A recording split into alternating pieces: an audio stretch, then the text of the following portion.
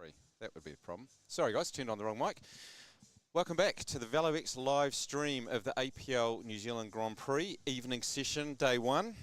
We're up for 60-lap men's scratch race. Field's just being lined up on the rail right now. Then we're going to be into the sprint semi-finals. We're in women's Kerin semi-finals. We'll have further rounds of the men's sprints. Then we'll see women's points race. They'll come up after that at around about sort of 10 to 6.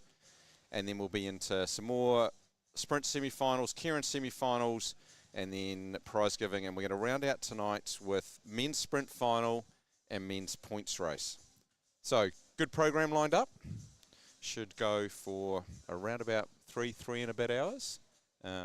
So, looking for a great race here. We saw elimination this morning with this field. That was a really, really good race. So, hopefully we get similar sort of competition between them tonight. Great to see a number of riders that have come across from Australia. We've got riders from Japan in this field. We've got a whole lot of sprinters here from Hong Kong. 2 of them have made the semis. So let's get into this first scratch race. So they're just off and into their formation lap at this stage.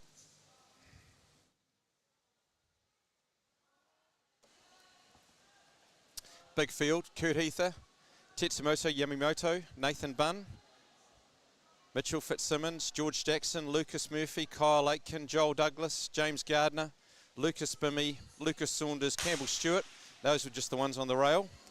James Moriarty, Graham Frisley, Luke Mudgeway, Tom Sexton, Kean Watts, Oliver Watson-Palmer, Zane Wiley, Marshall Irwood, Dan Morton, Magnus Jamison, Joshua Grieve and Kyle Paris round out your field. So I'll see some of them just come through and off initially, just getting themselves in. But I imagine somebody will want to do a break before we go through to the end of this. So I'm sure we will see a number of attacks happen at some stage. Campbell Stewart, Jaco Lula, road rider, just on the front at the moment, doing some turns. Lucas Murphy in behind him. Oliver Watson-Palmer. Then Tetsuo from Japan, he flicks off.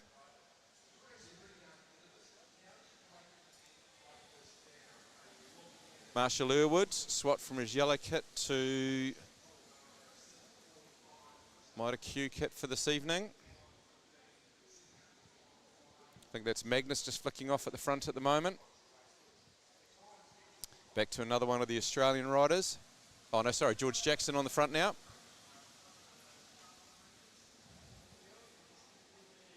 Who was 134? It's Luca, okay. Aussie riders are all wearing matching kit, so I'll do my best to pick out those individually.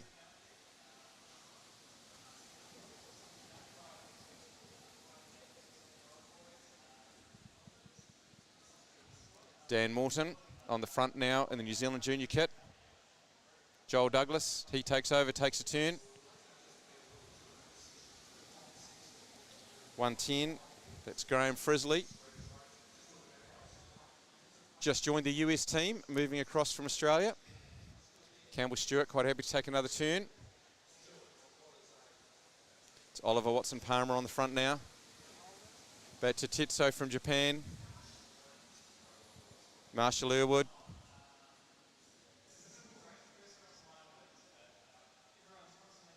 So just through and off. Nathan Bunn on the front now, just flicks it through. So reasonably high tempo, couple of K gone already. George Jackson flicks off, then Kyle Paris. Everyone just happy to do that short turn and flick off. No one doing anything too much yet, but certainly the pace is pretty steady out there.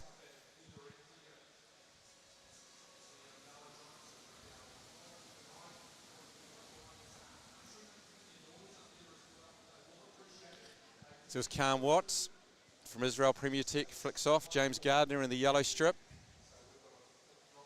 That's Zane Wiley, no sorry, Lucas Bimmy who just flicked off. Campbell Stewart's got no one on his wheel here. It'll be interesting to see if he does try and push it a bit. One of the Australian riders has moved up with him.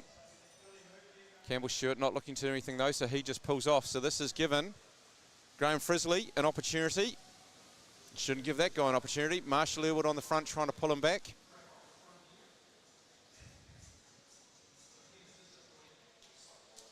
It's all going to come back together again though. Magnus swings through, Campbell Stewart back on the front.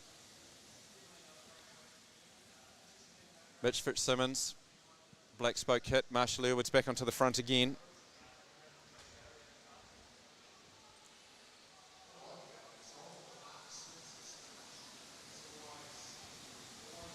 George Daxton from the New Zealand track team pulling it through now. Big James Gardner in the yellow.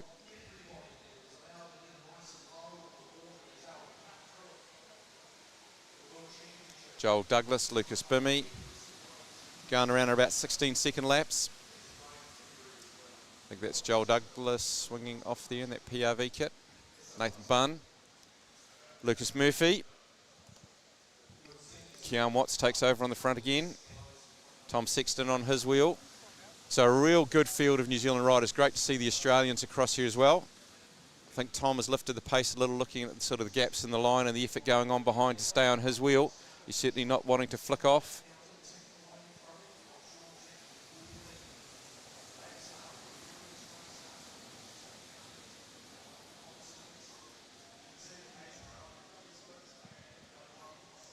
He's made some gaps happen further back in the field.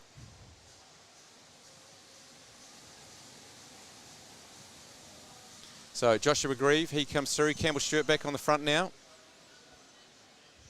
They're still all together. Coming up to about 1/3 distance done. Marshall Airwood pushes through. Tom Sexton on his wheel again with George Daxton. Looks like Tom has again come down and pushed it quite hard based on the body language of those in behind him. Again, Tom looks like he's going to dial a full lap on the front here. Fully strung out in behind.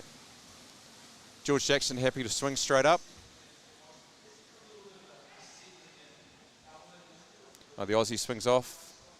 Lucas Murphy from Hamilton, he swings off.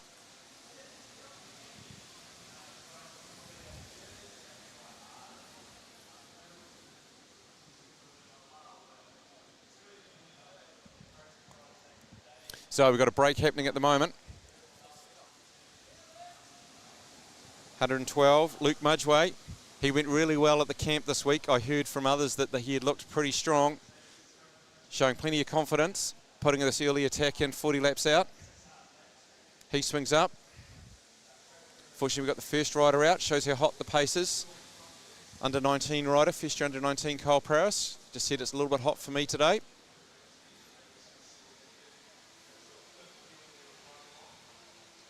Pace eases off now, bunch comes back together.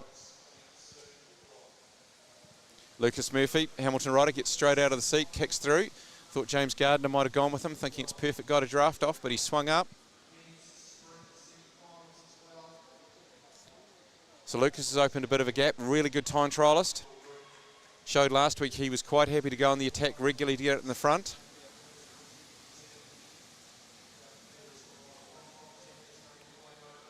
Japanese rider Tetsuo, he pushes through. Campbell Stewart on the front now with George Daxton on his wheel. Meanwhile, out front, Lucas continues just to roll away steadily. Magnus Jamison in the New Zealand kit pushes through. Dan Morton after him. Tom Sexton, not interested. Happy to leave Lucas out there at this stage. Joel Douglas, he's out as well. So pace too hot for two already. It's been pretty constant. George Daxton, New Zealand Pursuit member, winding it up on the front at the moment.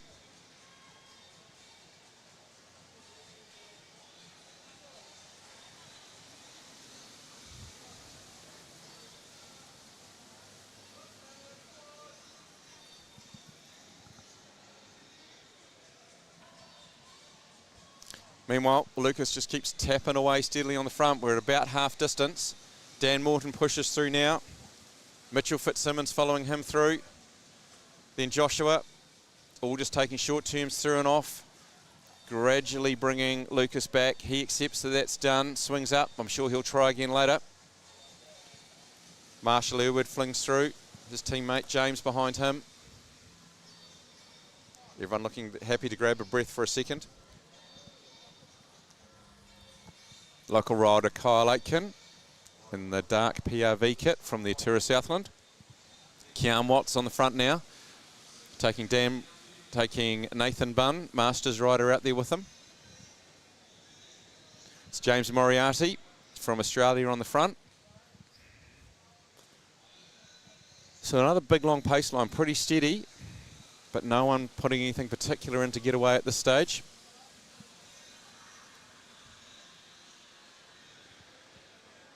Zane Wiley, he's out. So it shows how frenetic it is that we've had 3 riders pull out at the half distance mark.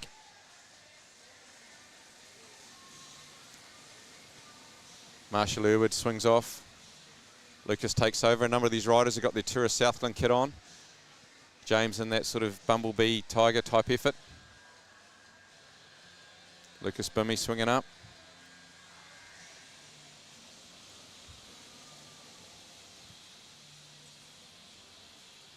Graham Musley, Lucas Mudgeway, Nathan Bunn just still thrown off. Field steady, everyone realising that you're going to have to do a lot to get away. There'll be somebody hoping maybe legs get a bit tired and they'll make an effort a little bit closer to the finish. Campbell Stewart taking a longish turn. Tom Sexton looks like he's setting up to do another solid turn on the front. Yep, he's not swinging off quickly once again. He's putting a bit of pressure on, seeing what happens in behind. Seeing some gaps instantly start to happen in the bunch a bit further back. Japanese rider glued to his wheel. So Tom Sexton pulling a group away. Not many wanting to go. He goes straight back into the Japanese rider's wheel. So that's Magnus and I think Kurt Ether who went with him. But they all realise the danger of that field, so they bring them back.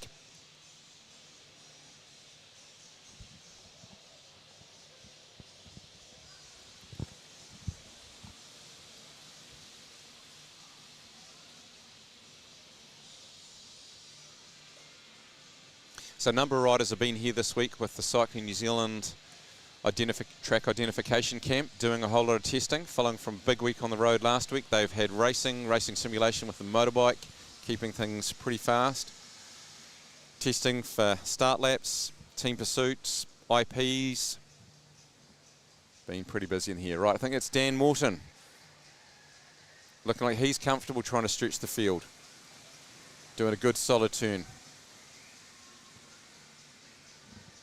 Mitchell Fitzsimmons was happy enough just to come up. Pace comes off again.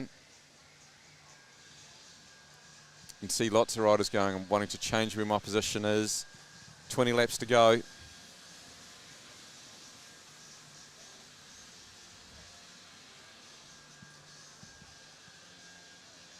Kyle Aitken swings off, local rider. George Jackson from a couple of the Australians. But again, everyone just going through and off. Ollie Palmer takes over from James Moratti. Luke Mudgeway on the front now.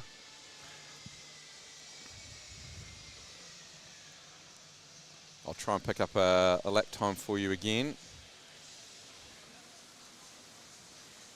James swings off. Lucas Bimmy does short turn, followed by Tetsu from Japan. Campbell Stewart's got a little bit of a gap here. Not a super fast lap. About 17 seconds this time.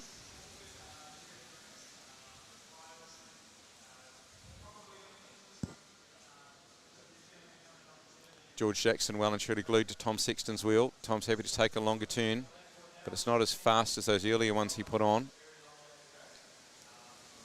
16 laps, just 4K to go. Oh, looks like we've got, who's that? James Moratti from Australia launches an attack around the outside. Team out on the front, so he's going to swing up. Mitchell Fitzsimmons, Ollie Palmer, Keon Watts. James in a good tempo. Luke Mudgeway in the red, dialing it up on the front. Nathan Bunn comes through for a short turn.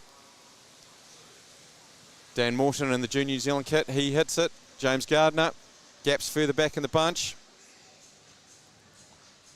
Meanwhile, James continues to just tap away on the front. Got a split happening now mid-pack. Campbell Stewart's got Dan Morton on his wheel.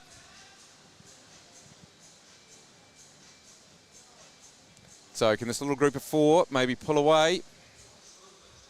James still got around about 50 metres on the front at this stage. Dan Morton pushes through, but no one on his wheel. So the whole main bunch has come back together. Kyle Aitken swings off, Nathan Bunn taking over. They're all riding steady as we've got about 10 laps to go, about 2.5K coming up.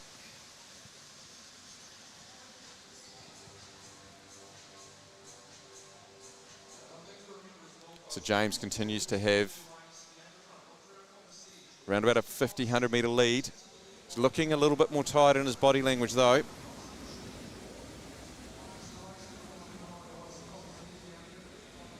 But at the end of the day, he's got a gap.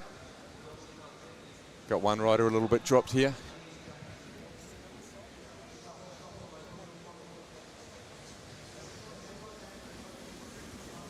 Luke Mudgeway swings off.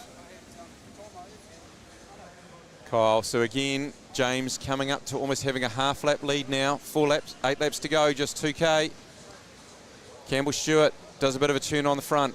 Kean Watts, a couple of boys from the pro ranks, kicking a little bit more. Marshall Irwood pushing it on the front at the moment. James Gardner, another big engine pushing through. George Jackson, short turn from him. Magnus swings off. Kurt Ether, I think that is, swinging off from the Aussie team. But James has swung up, so they've negated this break. So it's all coming back together, but there's certainly some riders going out the back door. It's been pretty fast and frenetic out there, so a lot of the younger riders have found it pretty tough. Joshua trying to get back on terms. Lucas Bimmies, he's dropped out as well. Lucas Murphy, he's out. Meanwhile, Luka Mudgeway, who had showed in pretty good form this week, he is up now. From Japan, Tetsu Yamamoto, he is the one trying to chase down George Jackson in purple, getting on terms with him. Four laps to go, 1K left. So we've got Lucas Mudgeway in the front, George Jackson and Tetsumoto from Japan closing it down. It's possibly Graham Frisley from Australia who's trying to catch up with those two, and they've got a good gap off the rest at this stage. Tom Sexton is leading the bunch, Campbell Stewart on his wheel. Going to be 2 laps to go when Luke Mudgeway comes through here. He's still got a little bit of a gap, but Japanese rider is closing it. So I think they're going to come together. George Jackson in purple takes over on the front now. You see him put some effort to close down in on Luke Mudgeway. So as they get the bell, George Jackson's caught Luke Mudgeway at perfect time. He's able to roll through, but I think this Japanese rider could be pretty dangerous. It's been a great ride for them. The bunch is just smashed to bits in behind, small groups. To its left, George Jackson, he's going to roll round. New Zealand rider will take the scratch race. Tetsumoto will be second. Luke Mudgeway, brave attack by him for third. We were well entertained. Great scratch race, guys. Thank you very much, gentlemen. So we saw Luke Mudgeway launch that attack with about 4 laps to go when James Moratti from Australia, his attack was brought back. And then George and the Japanese rider, Tetsuo, got together and were able to get across. And George just had more gas in the tank, I think, there at the end. I thought the Japanese rider was going to be dangerous, but George was able to open up and get round him. And that's our first race of the evening.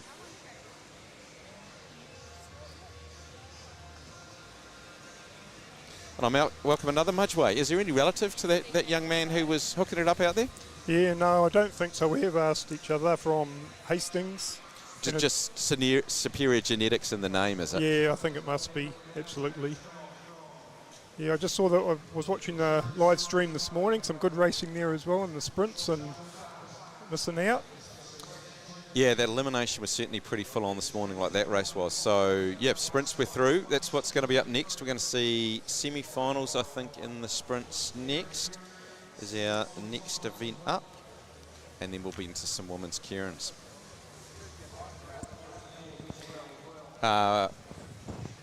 We've had a number of sprinters who have come out here from Hong Kong. 2 of them have made through to the semis. And we've also got Tom Choi trains here in Cambridge, but rides under Korean denomination at the moment as his nationality. And Sam Dakin, leading New Zealand sprinter, just back from Champions League, will be our 4 semi-finalists in the sprint. And Simon, how did the young riders ride this morning as well? I think they did pretty well. They would have got some more experience, that's for sure.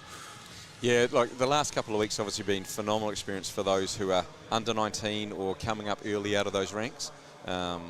Great, as you say, opportunity for them to compete against leading New Zealand riders, Australian riders, etc., and obviously all the sprinters here from Hong Kong. Yeah, absolutely. I think it'd be a buzz for them as well if they can even keep up as much as they do as well. Yep. Yeah, talked with some of the sprinters. Well, I'm sure they wanted to have more of them into the finals. It's certainly what they want, to get good, tough competition over here rather than them being completely dominant. We think atmosphere conditions, there's a big high over New Zealand. The weather's fantastic outside the Velodrome, so not super fast conditions. Tom Choi just missed the 10-second mark. And Sam Dakin went just under the 10-second mark, so not super fast conditions, I don't think, out there. Yeah, Tom Choi, actually, he's come up in the last year or so, hasn't he? He has improved markedly. I remember him coming to the schools racing here when we were running it with Colin Dixon way back a while ago. Yep. And he was one of the boys that used to come down from Auckland. And yeah, he's gone leaps and strides. Yeah, and Tom, I say, was pretty successful at Junior Worlds in the sprints. So to still be that sort of junior ride and be now sort of flirting with that 10-second mark, I'm sure he's looking one day to see the 9.9 something up on the board. It's going to happen. He's been 10.0 something the last couple of weeks. Yeah, no doubt. There's a lot of celebration when you get under that 10. That's the mark, isn't it? It is certainly a little milestone, isn't it, that all sprinters, attain to achieve.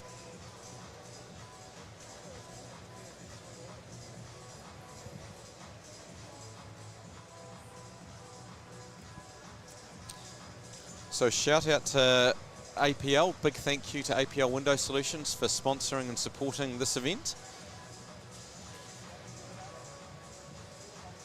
Just waiting for sprinters to be brought up and onto the track.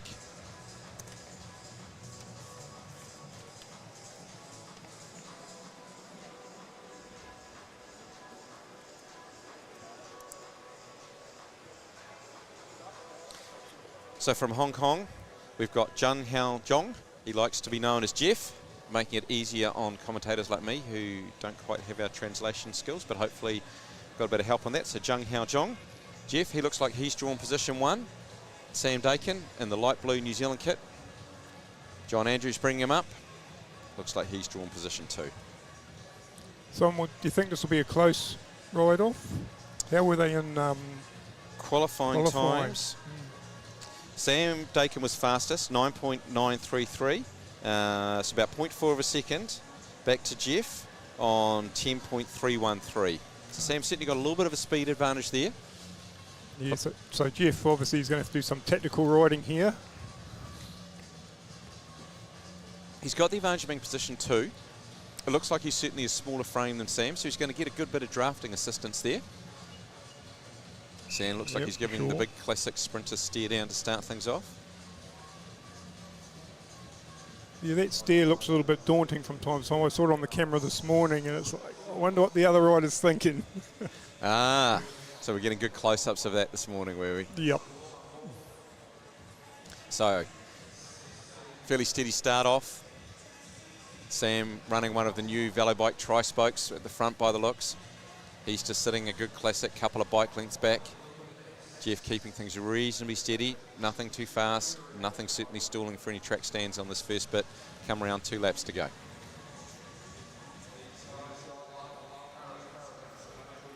Jeff getting out of the seat, building a little bit. Sam rolling at him, also having a little bit more height that he can use to use the banking to accelerate. They're going to come to get the bell. No one's really committed too much, so it's going to be a fairly late sprint. Sam now winds up. Winding up high, Jeff's controlling. No one's basically committed to the sprint lane yet. Sam uses the steep part of the banking to help his sprint come down. So he used that bank, perfect timing on basically launching the steepest part and able to come over. He'll get the first win. This is best of 3. to get through to the final. So first green dot goes up for Sam Dakin. Well done from Sam. It just goes to show that using that banking can make a huge difference, give you a good run. Yep, it's not just all power, is it? As you say, it was he thought about that smartly, he had a plan, built speed on the straight here, and then just used that steep part of the banking to accelerate. I didn't quite see what time they rolled that in. 10.8, because they started pretty slowly. It was really only on the start-finish straight that they went through and added some speed.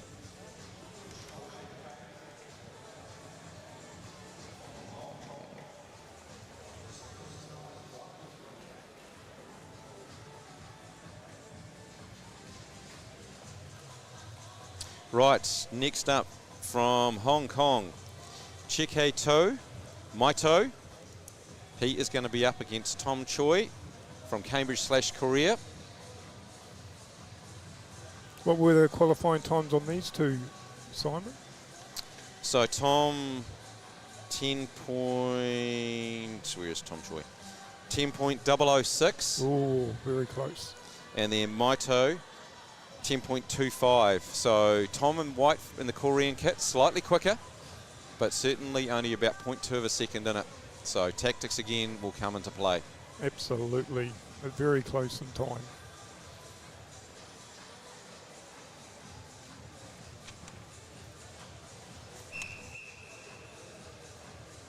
Actually, I did have date of births once upon a time on the China team, but I think I deleted that, so I'm not sure how young the rider is in front. Tom Choi was at Junior Worlds or Under 19 Worlds this year. So he's got a lot of time in sprinting. Tom does. He Still does. being so young. Wouldn't we all like to have been that fast, that young, Russell? Yeah, absolutely. But back in our day, it was 88.8-inch gear out on the hard track in Wanganui. You were just grateful not to be Garden. racing on grass at the time. Well, yeah, I did the grass as well. We used to convert our road bike into a track bike and take it onto the grass. Those were the days. Out here, smoother, faster, easier. It's just easier for these guys. No, it's not easier. They just go faster. They do. They've got some, as you can see, massive quads, huge amount of gym work done, big amounts of tin thrown around. These guys are building up the speed steadily now. Maito, just building the speed on the front, keeping a good eye as to where Tom is. Tom showing his experience to staying that 2 or 3 bike lengths away so they can jump through. Looking to run into that draft, getting the bell now. Both accelerating. Here we go. Tom's able to run into that draft perfectly, use that to come up and get alongside on the back straight, come around the corner. He's got just a little bit too much gas. He's going to take that win. He's pretty pleased to get that first green light. Look at that speed from Tom on that back straight. That was just incredible. It is just that, that quarter of a second speed difference. When you see it like that, it is very hard to counter. Yeah.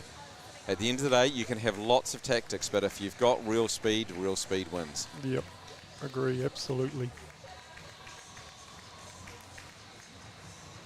But it's just the first of potentially 3 rides. The first 2 will go through to the final.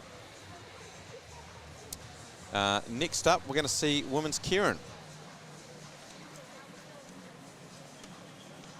And we've got 2 heats to go through and set the final here.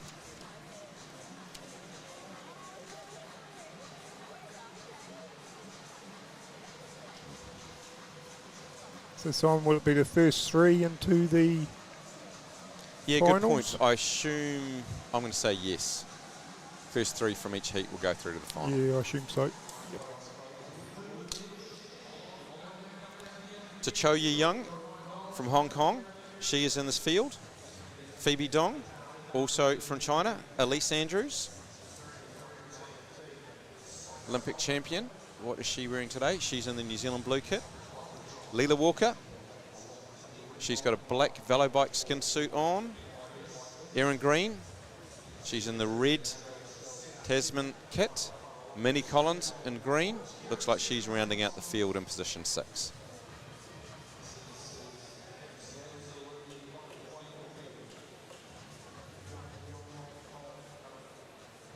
So Elise Andrews drawn position 1. From the way we've seen her ride Kerin, she's very happy to be in position 1, isn't she, Russell? Yeah, absolutely. I think she moved into that position this morning, did she? I think, by memory. Yeah. Yep. She likes to to ride there from the front, watch who's basically on her hip just outside and just keep accelerating and hurt them, showing her strength from endurance. Wraps her arm around her father, John, as she gets herself set. And you've got to be confident in your strength to be able to do that as well. So obviously Elise has huge confidence in herself. And you're right, you normally think being rider one, yes, that's in the win, but she's got a little bit of advantage. Obviously, the first 3 laps, she gets that extra shelter behind the motorbike than the other riders get. So it's not all bad being rider one. No, not at all. And the motorbike will come round. They do motorbike will be on for 3 laps, getting up to 50 km an hour. And then he will move off the track, and it's on. It's going to be interesting to see the other 4 New Zealand ladies in this, how this plays out. We know Elise Andrews is absolute world class, an Olympic champion in bits and pieces, but it's really interesting to see Leela Walker, Kerin, and Minnie Collins, 3 other great New Zealand young sprinters going against each other. Leela Walker was at the Paris Olympics for BMX. Keirin's recently moved to Cambridge, planning on being able to train here a lot more next year. You're going to come up here to study.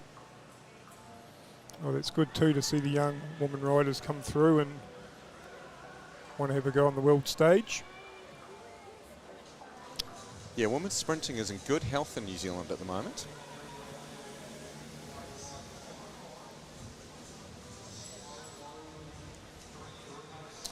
Okay, so that field is Elise Andrews from Hong Kong, Cho Yi Young, then we've got Layla Walker, then we've got Phoebe Dong, also from Hong Kong, Erin Green, Minnie Collins. Good field. So motorbike's going to come off this time. You can see Elise already having a look behind her, seeing what's going on. Erin's already decided it's too far back, I want to move up.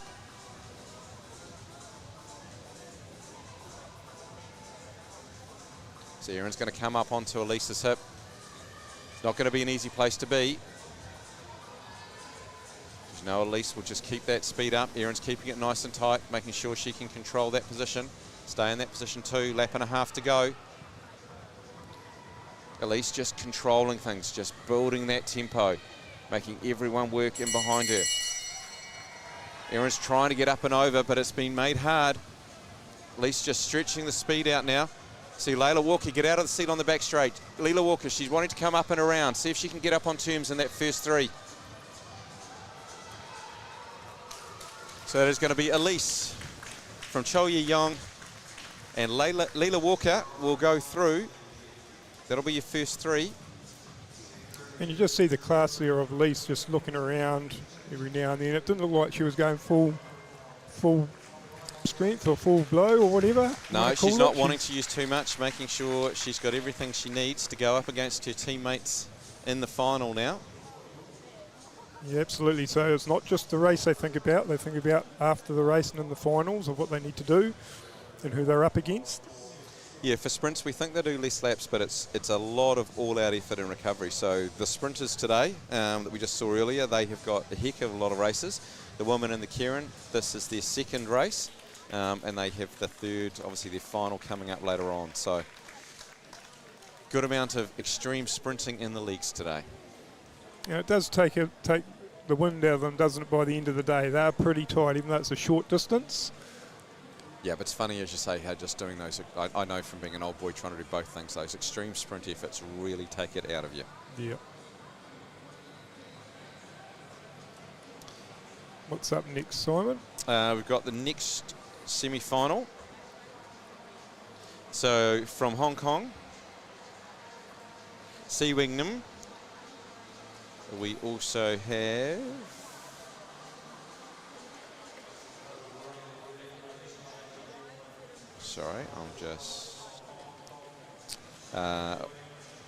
we also have Chen Ying San, or Bobby, Sian Fulton from the New Zealand Sprint Squad, Olivia King from the New Zealand Sprint Squad, Sophie de Vries, and from Australia, Lilia Tattenhoff.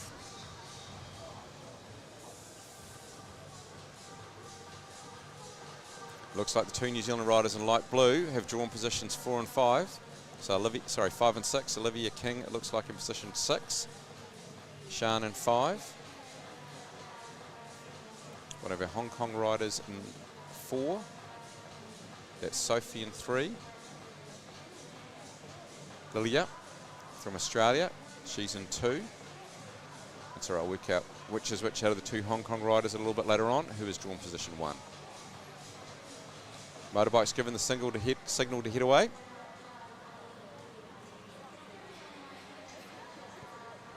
The starter today is Mark Island, commissaire here. New Zealand, been for many years. Come over to Tauranga to help out today. Absolutely, very dedicated. And Fiona, Sprint Development Manager for Cycling New Zealand. He's running the bike for us tonight.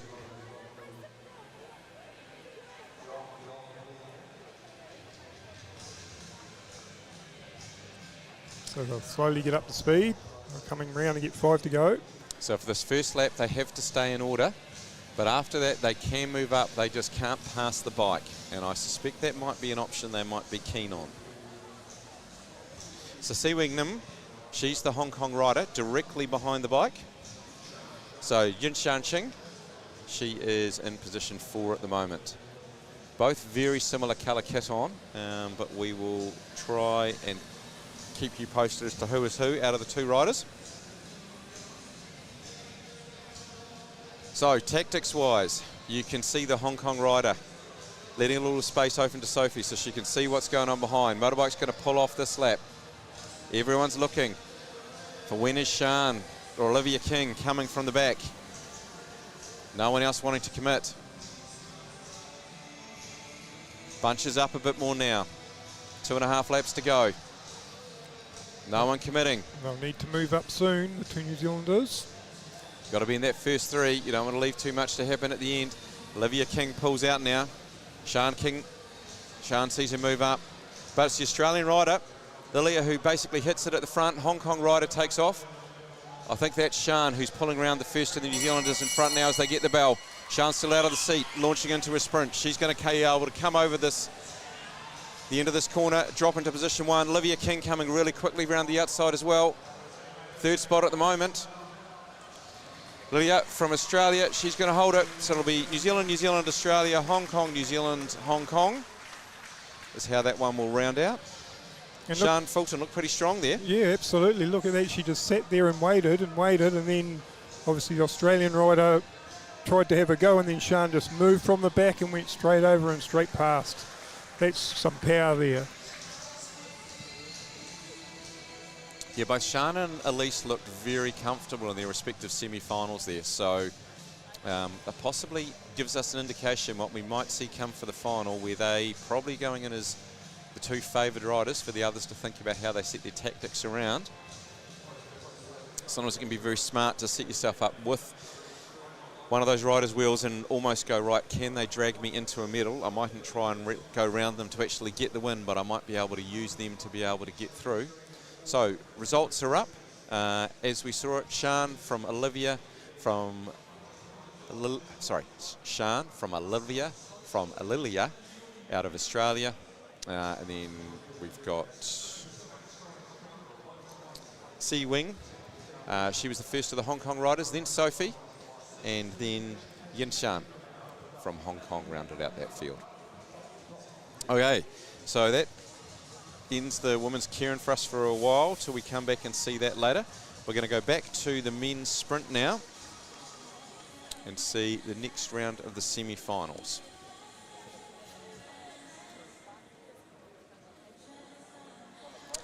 It points out we do have women's points race up before the next men's, so we'll see a women's points race off shortly. We'll just have a short break while we wait for things to be organised, and then we'll get the sprinters off.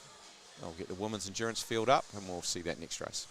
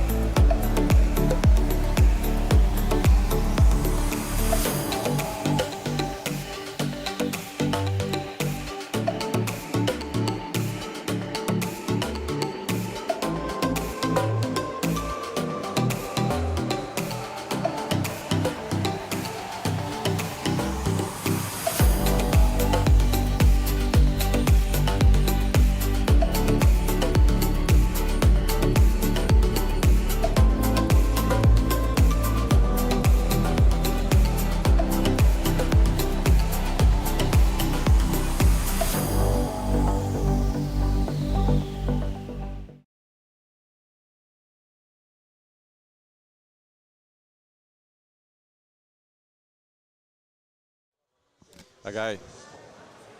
Round 2, semi-final sprints. Sam Dakin up against Jeff from Hong Kong. This time, Sam's going to be in position 1. John Andrews brings him up. Korean coach brings their rider up. Sorry, Korean coach. Hong Kong coach. Apologies, everyone. Hong Kong coach brings their rider up. So Sam's got the green light against his name. He used the steep part of the banking to jump down and just show us that speed he had his fastest qualifier, able to comfortably pass on the back straight and come around and get that first win. He'll want to get another one here comfortably and not use too much so he can use his energy later on in the final. Yeah, it'll be interesting this time to see what Jeff does from Hong Kong. See if he's changed the tactic a little bit. Been in second place there, it might help him. And certainly, like, Sam's a bigger frame, so Jeff could get some good draft off here, maybe be able to do something similar. Yeah, and maybe on that fourth corner if he can sneak out. And just like that, Sam swings up really steeply, almost indicating he would like to be in position 2. Use that element of surprise again. They stall a little bit much to be able to stay on the banking going around the corner. Well, Jeff does anyway. Sam decides to put a bit of effort in and keep his height. He's now nice and high. Jeff can see him up, so when a rider's higher than you, you've got to increase your speed. Got to be able to counter that acceleration they will get off the banking. Sam moving around lots, keeping Jeff guessing as to what he's doing. They're going to get the bell this time. Who's going to jump first? Looks like it's going to be Sam. Opens up early, but he hasn't stayed in that sprinter's lane. He's almost lining it up for a qualifying sprint. Jumps back down now. Jeff's probably got too many links to be able to get onto him. Sam has a look over his shoulder. Jeff sits up. They both know they've got it under control. They know where they're going to be sitting for the finals.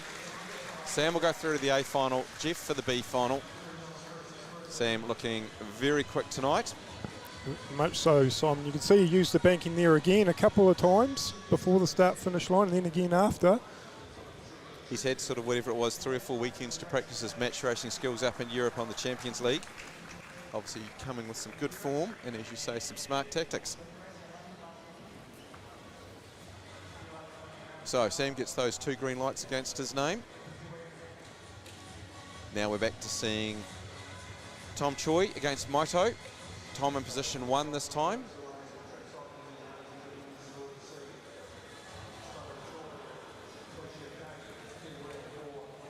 Tom, coached by Jason Russell, here rides with the Grassroots Performance Track Group.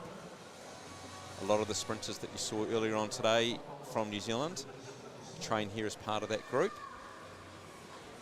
And what age group are they, Simon, for that age group? Yeah, so that group, I suppose, 6. Tom's probably one of the youngest ones in it, actually. So basically, most of them ride in the elite age category. Tom was one of the few riding in under 19.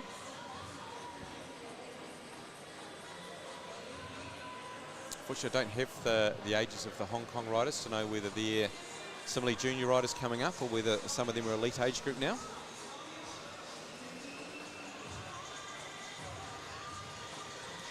It is warm here too in the Velodrome, so that'll be helping the speed a little bit for the riders as well.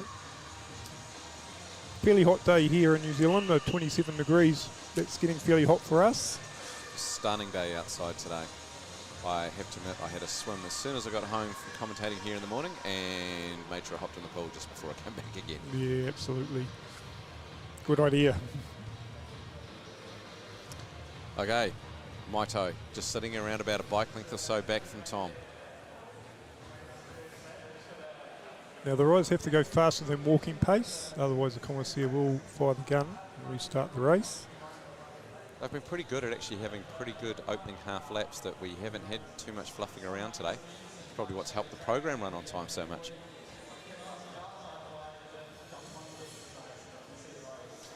Very slow. Now, certainly no ability to be up on the boards, too slow to be bouncing on the track, so they're just sitting on the flat area down the bottom. Both being very cagey. 2 laps to go. Maybe moving up a little bit at the moment. Unless they increase their speed a lot, there's not going to have the ability to keep any height through this corner either. Maito looks like he would like to, but they've had to go back down. Now they're starting to accelerate. Maito keeping a good distance there to be able to use the draft. Tom's actually been able to draw him onto his wheel here, which now means it's effectively a dead sprint. Maito comes up high to be able to try and use the banking. Tom uses that to accelerate. Maito's actually done this pretty well. So Maito from Hong Kong, he's drawn really well as he could onto Tom's wheel, but Tom had the faster qualifying time. He's opened up a little bit more. Maito's not going to be able to do it. Tom's going to get the 2 green lights, so it'll be Tom Sandakin in the sprint final later on. And the 2 riders, Maito and Jeff from Hong Kong, they will go against each other for the bronze medal ride-off. Yeah, another good ride there from Tom. I think he's just got that strength there. He was able to keep it going on the inside as Maito was coming around the outside.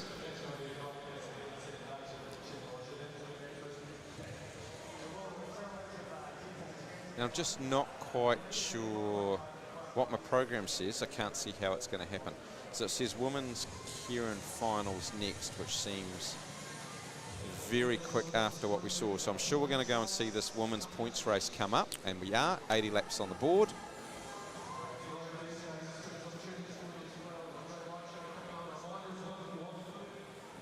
Yeah, it's normally a 10-minute break, isn't it, after racing? The riders must have.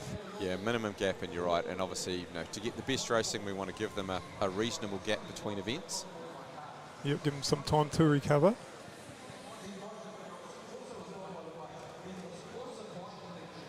It's actually good on the live stream this week is having our roaming camera operator. Oh, it has been good. Like what Damien's gone and set up for this live stream now, it's just fantastic having multiple cameras in fixed positions. His son, Carter Payne, great young rider, floating around with that mobile camera, getting us those close-up shots. Yeah, it's pretty awesome stuff from what we had originally. So from the days of me holding an iPad and my arms shaking by the end of it. And yeah, absolutely, your arms sore. And trying to be jack of all trades of being cameraman and commentator, and yeah, no, this is much better. Damien Payne has brought some really good kit. Even these mics are a lot more comfortable here than when I gave you an earpiece in the old days. Yeah, that's right. You couldn't move too far apart, otherwise it'd fall out. Okay, let's find this women's points race field.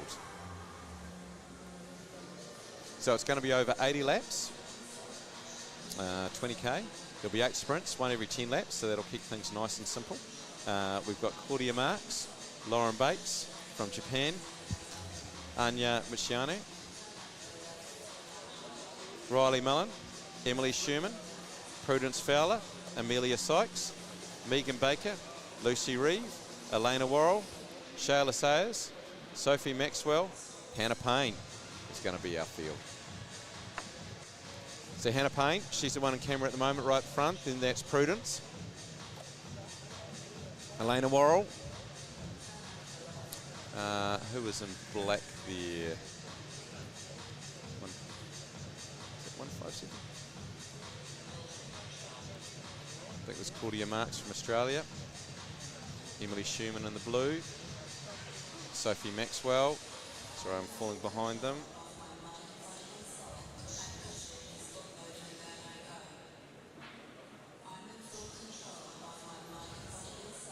So we saw the ladies scratch race this morning, where it all got left down to the last couple of laps to battle out the sprint. Didn't really get any big breaks or attacks during. Obviously being very different this time with the points race.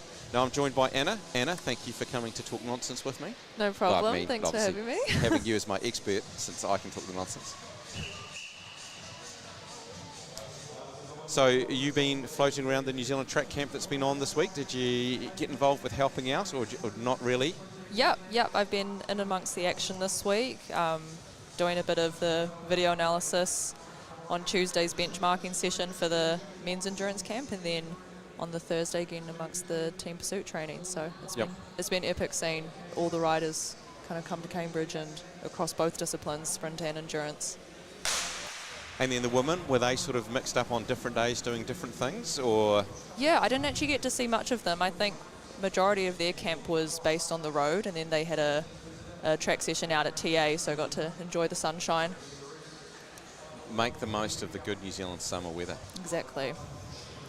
So it's Sophie Maxwell who swings off, followed by Riley. I'm just just going to re-remind myself who everyone is. I think that's Lucy Reeve on the front at the moment. I think she's on the look bike. So Anna, you will have ridden a few of these. Women's points race. Yep. When do you think, who in this field has a stronger sprint? Who do you think might be keen to try and maybe go on the attack and do things that way? Yeah, I mean, you can't go past Emily Sherman, Olympian. She's got, a lot in the tank, and she'll be pushing that pace, I'm sure, when it comes deeper into the race, and her endurance will really show through. Riley McMullen got a great sprint on her as well. And then the rest of the Kiwis in there come from the development camp, and they'll just be wanting to get more experience and learn from the race, but they'll definitely get amongst it as well. So plenty of people to watch out for. I think Emily's riding around in the light blue West Coast North Island kit, isn't she? Yeah, yeah. So just tagging onto the back of the bunch at the moment in your camera shot. That's Prudence just swinging off in the front. One of the Australian riders. I think that's Lauren Bates now. I'll double check that number as she comes around. Amelia Sykes, who was in Canterbury kit this morning, if you're watching this morning, I'm pretty sure she is now swapped over to a New Zealand kit. Oh no, that's Riley Mullen, who's in the New Zealand kit.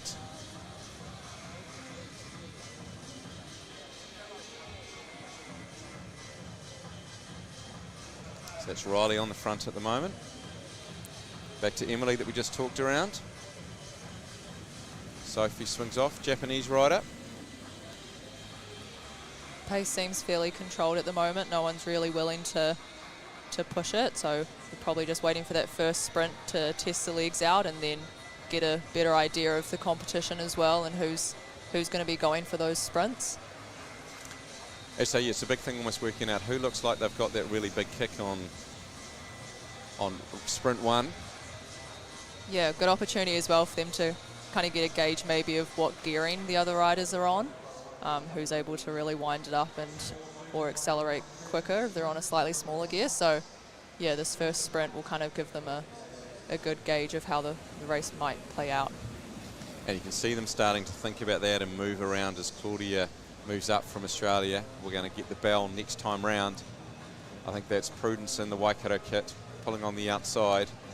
So Riley in the New Zealand kit right behind her, and Emily you talked about. Who's your money on, Anna, for this first sprint? Prue's looking pretty strong. She's kind of just been sitting out on the hip, just waiting to come round. But like I said, you just can't look past Emily and just how strong she is, even though she's been on the front. She can just keep going and going. Emily does look like she's got this first one under control. I'll give Prudence second, maybe Sophie Maxwell third. Riley, who sort of tried to push her way around on the outside, maybe only picked up 1 point in that. We'll wait for the officials to confirm that. Let's see if anyone wants to attack straight after the sprint, a tactic we sometimes see.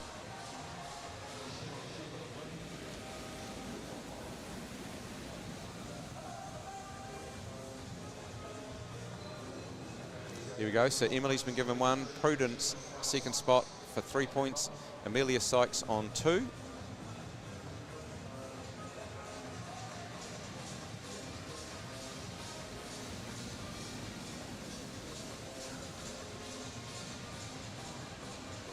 Sorry, I've been mucking up Sophie and Amelia because Sophie Maxwell was wearing that kit this morning, the laser kit that Amelia is wearing this afternoon. Apologies everyone, it is Amelia Sykes out there in the laser kit.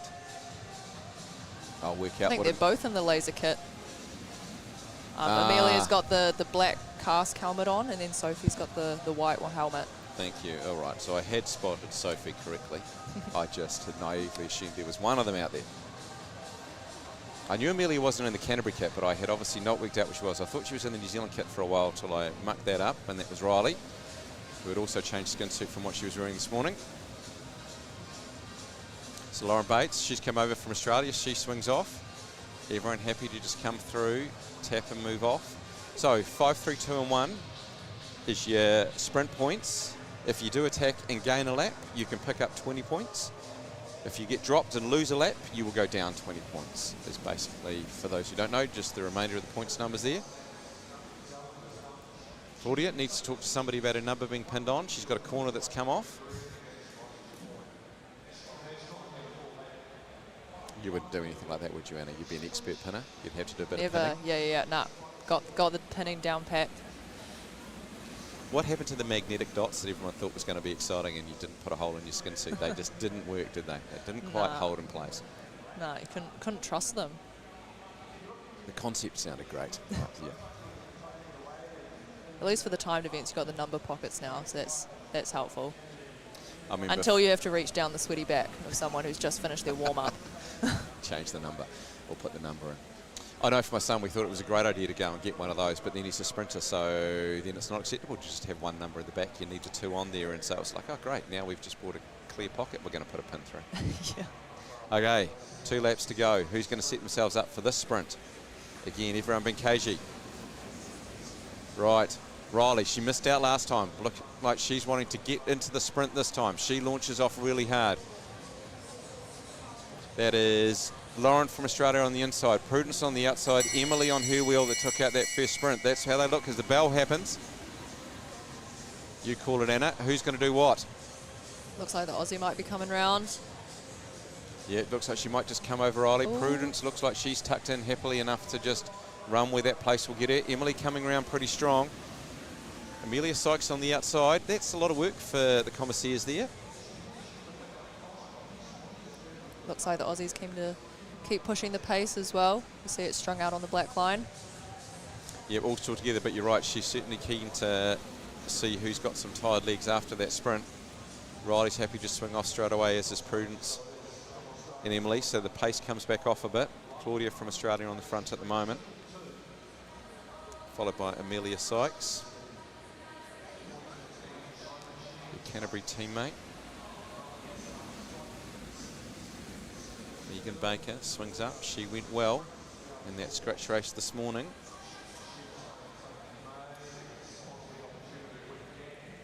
So you've been going really well at the Te Aomuru, Tuesday Night Worlds, Anna. Oh, Mixing it up with try. the boys, taking laps. Yep, no. Giving it a go. I mean, the Masters men are pretty strong, so just trying to be as efficient as possible, hide in the wheels, wait for the hills. It's kind of like the only upper hand I've got really on that circuit, and then just hope that it's not too windy on the way home. Yeah, as you say, there's some bigger, older boys in there who have some power to pull through. But whenever they're not pulling, I feel like yelling out at them going, Anna's taking turns, come on. Exactly. No, it's a good training session more than anything. Get to do some racecraft as well as good solid hit out, especially if you're riding out from Cambridge and back. So no complaints. TA puts on great racing every Tuesday. No, we're very lucky to have it on a back door in such good fields. Okay, 5 laps for the next sprint. Still 55 laps in this race to go. Only had 2 of the sprints thus far. Emily Sherman, she's leading on 7 points. Lauren Bates from Australia right up there on 5. Riley, she's in 3rd place on 4. Prudence on 3 points at the stage with Amelia Sykes as well. So no one really got any major advantage at this point. Still a long way to go. Still a chance of somebody taking a lap. But we seem to be slipping into a format for this first couple where we go quite hard for the sprint, then there's certainly recovery, and then with about 2 laps to go, we wind into the sprint again. Yeah, no one seems to be in too much distress. Bunches all together, no stragglers off the back, so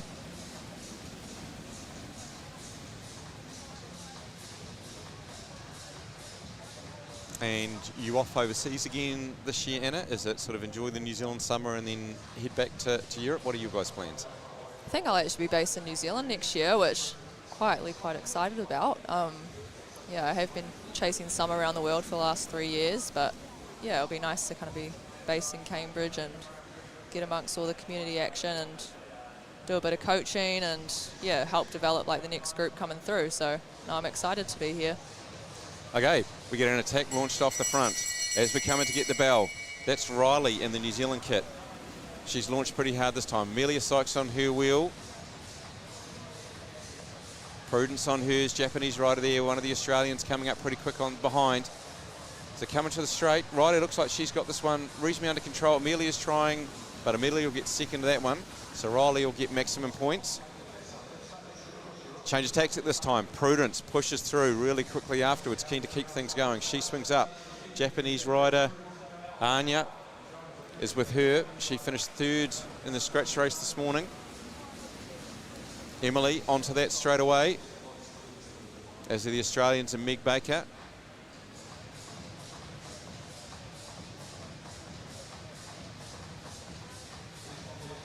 You can see that lift and pace has really hurt Hannah Payne down the back.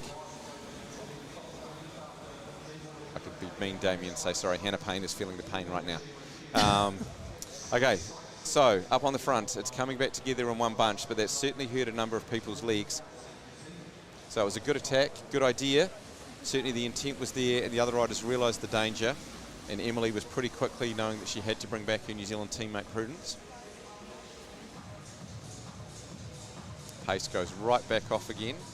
Could be a good opportunity for Hannah to claw her way back into the mix. Yep, she's not giving up. She can see them just in front of her, trying to get back on terms. It's that like little glimmer of hope when I'm used to getting dropped in the points races, and I just see them swing up to the fence, and I'm like, oh, thank God. But you know, you just got to chew the handlebar and get there, get there. Yeah. And obviously, the closer you get, the more you actually start to get some draft off that group. She just needs to get a little bit closer, and then it won't feel like a solo effort quite so much. She'll get the effect of the group helping to drag her back in. There she goes. Good on her, Hannah. Good determination getting back in there. So 5 laps to the next sprint. Pace has really dropped. No one's really wanting to take the lead here. Maybe they've done lots and lots of Ks in this road camp this week and got, you know, really tired. That's true. Could be some fatigue in there for sure. The boys' road camp seemed to have, you know, days of hundreds of kilometres. I think one day was 200 kilometres, so I imagine the girls' one probably wasn't that much shorter. Yeah, yeah. No, the guys had a monster week on the road, and then benchmark testing on the track this week. So, yeah, definitely interesting to see how they've been racing. Doesn't really seem like they're tired. They've been flying, so. Yeah, I suppose many of them used to clocking up lots and lots of Ks on a regular basis, so highly skilled at doing it. Yeah. Right, yeah, so pace has really come off. We're effectively going to be getting 2 laps to go. As soon as I say that, we see the Aussie rider. I think that's Lauren Bates. She's decided to go around the top, launch an attack. Japanese rider wants to get on terms with her. So Lauren's got 2 laps to go to the sprint. Good little move going, but unfortunately for her, Anya from Japan closing that down with Emily and Prudence on their wheel. Riley just behind her. So they'll bring her back together as they get this bell. The idea was right. Tried to catch the field napping. Who's going to light it up on this last bit? Looks like Emily pulls around the Japanese rider's hip, seeing if she can come around. Increases her leg speed. Prudence and the Waikato kit right on her. So Emily's going to get that one from Prudence, from Lauren, I think, will be your 1, 2, 3.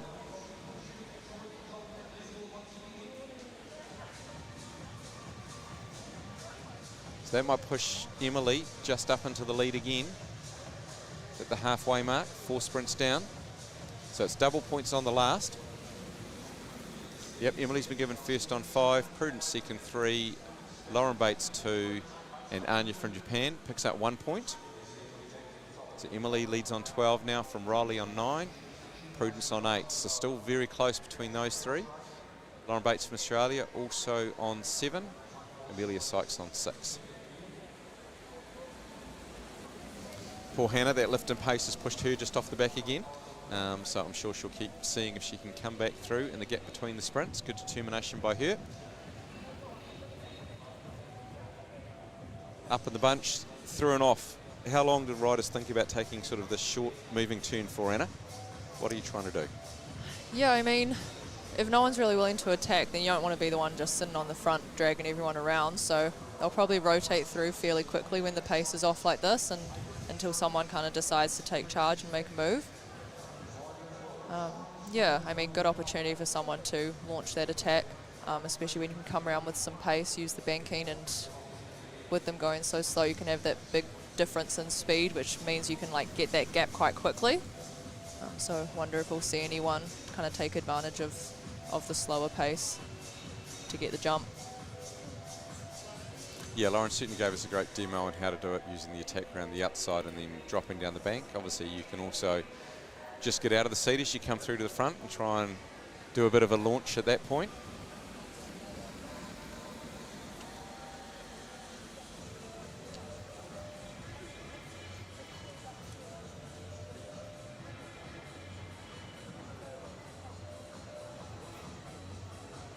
No one wanting to commit, still just happy to go through and off, saving as much energy as possible for those sprint laps.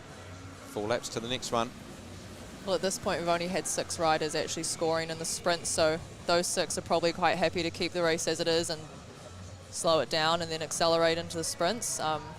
So it seems to be working for them at the moment. It'll probably be a matter of looking at the riders currently on 0 points, seeing if they're going to take advantage of kind of being a bit lower down in the ranking, and maybe riders will let them go.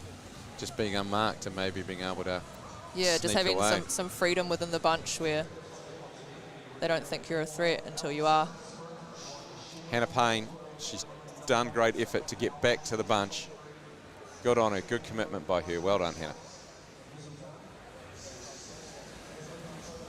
Shayla Slayers swings off. Meg Baker coming in behind her. Starting to see the pace building again as we come into this next sprint. Okay, Claudia Marks from Australia. This time she launches attack. She stayed out of a lot of the sprints of this first half. This time it looks like she's got plenty of gas on. She's opened up a bit of a gap. Japanese rider and Riley trying to get on terms. So the 3 New Zealand ladies just behind the Japanese rider, but it's going to go Australia, Japan, New Zealand, New Zealand, New Zealand for that one. So Claudia picks up maximum points there. That group of 5 has opened out on the rest. Do they want to keep it going? Emily maybe realises the opportunity. She rolls through. Bunches coming back to them though. So Claudia Marks first. Anya Mizari from Japan in second for 3 points. Riley picked up third. So Emily and Riley now really close at the top on 12 and 11 points. Prudence on 9. Lauren Bates 7. Amelia Sykes 6. Claudia Marks jumps straight up there on 5 points into 6th spot. So all quite tight at the top. Lana Worrell swings off. She's one of the riders who doesn't have any points yet. Sophie Maxwell also no points yet, so maybe they will be a couple of the unmarked riders if they're lucky. But certainly we saw the older, stronger riders just pull away in that sprint now that the league's getting a little bit more tired with just 27 laps to go.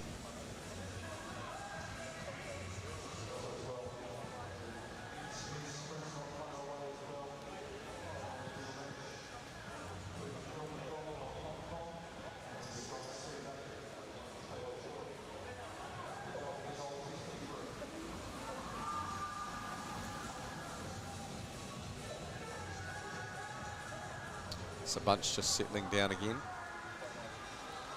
As soon as I say that, a little split happened. Group of 4 has moved out.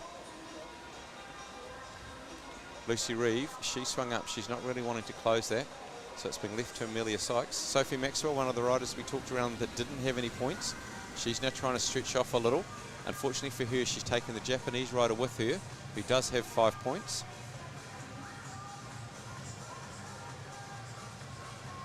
Lucy Reeve put a good turn on the front.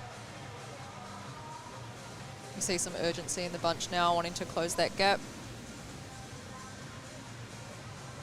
Sophie Maxwell's timed this reasonably well. She's away on her own. If she can just survive 3 more laps, she might pick up some points. Japanese riders decided not to join her, so Sophie's out there on an individual TT now. Claudia Marks, she swings up from the front of the bunch. Danger for Sophie though. Emily in that light blue, she's on the front pushing hard. No, she's increased that speed significantly. Other riders pulling out of the lineup. She swings up. Prudence still there, followed by Meg Baker. Amelia Sykes on the front now. 1 lap to go to the sprint. Sophie's going to get the bell now. Can she hang on and get these points? No, Sophie realises that maybe has second thoughts, swings back down, said, oh, why not? Let's keep going. Lauren from Australia, though, running at her really quickly. Bringing me Baker on her wheel. Emily now coming around the outside with some speed. Prudence on her, but Emily's looking pretty good for this sprint. She'll come through, pick up the maximum points. We'll leave the commissaires to call between Lauren and Prudence. For second, Meg will have picked up 4th place. We see the bunch getting a bit strung out now, and so these riders on the front can have the option, do we push on? And you know, you never know like you know, a couple more pedal revolutions and some will start popping. So sometimes it is worth to burn a couple matches post-sprint to kind of break some other riders first. We've seen Hannah Payne swing up, so she's going to come through, see if she can get back on the group. Who they might particularly notice, the Japanese rider who finished in the medals in the first race, the scratch race earlier on today, she is about half a lap down now, so if they push on, she's got 5 points. They can certainly push her well out of things. But Bunch is still just sitting up. You can see them sitting high on the track. That urgency isn't there. They're acknowledging if they're showing tired legs, they've got tired legs maybe. Got just 2 sprints to go. Okay, Emily Sherman. She's starting to sit a little bit comfortably in front now, 17 points. Prudence second on 12, Riley on 11. So, New Zealand team riders starting to battle out this race between them. Claudia Marks from Australia, she hits the front. Lucy does a short turn behind her.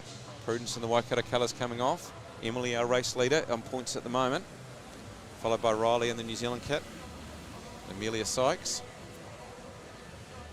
Elena Worrell at the Motor Q. She swings up. Haven't had to talk about her too much. She's been keeping in with the group. Good to see. She was a young rider who was under 19 Worlds in Switzerland this year on the road.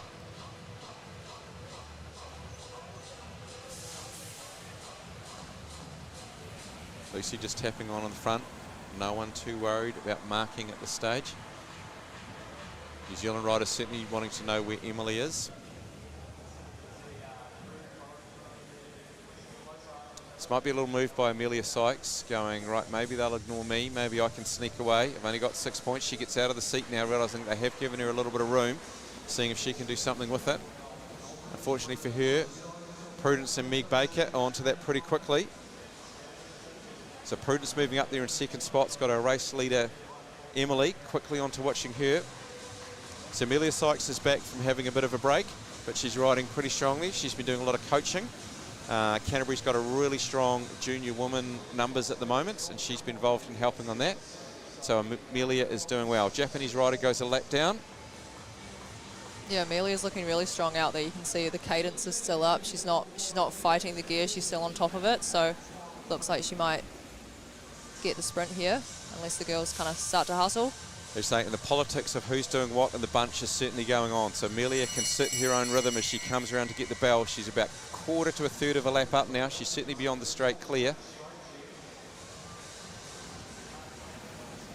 Riley in the New Zealand kit, she launches off the fastest. Here comes Emily again though. So Amelia's looking very comfortable to take this sprint. What will she do post this though? 10 laps to go. Riley's going to take second, Emily third, Prudence fourth. So Emily will extend her lead just a little bit more by another point or so. Amelia Sykes swings up. Main bunch is coming all back together. Yeah, so those girls just off the front after the sprint, they would have looked around and gone like, do we push on, do we go back? But yeah, there's not much point in attacking with the others that are kind of in the mix in the placing, so they've decided to go back to the bunch and reposition, rethink. And obviously this last sprint's important, being double points, isn't it? You can really, Exactly. get that right placing and change everything. Okay, so leading, Emily Sherman, she's on 19 points, so she's got a 5-point gap over Riley at this point. Prudence in third on 13 points. And Amelia Sykes, with that sprint, brings her up to fourth on 11 points. So a good placing here could get her into the medals. Hannah keeps being committed, tags back onto the bunch again. Nice ride, Hannah. Keep going. 7 laps to go.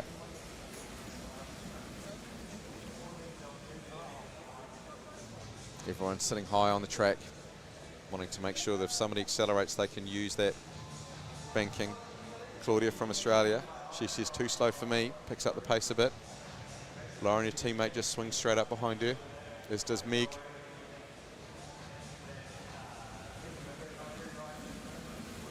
Lucy has a bit of a look around.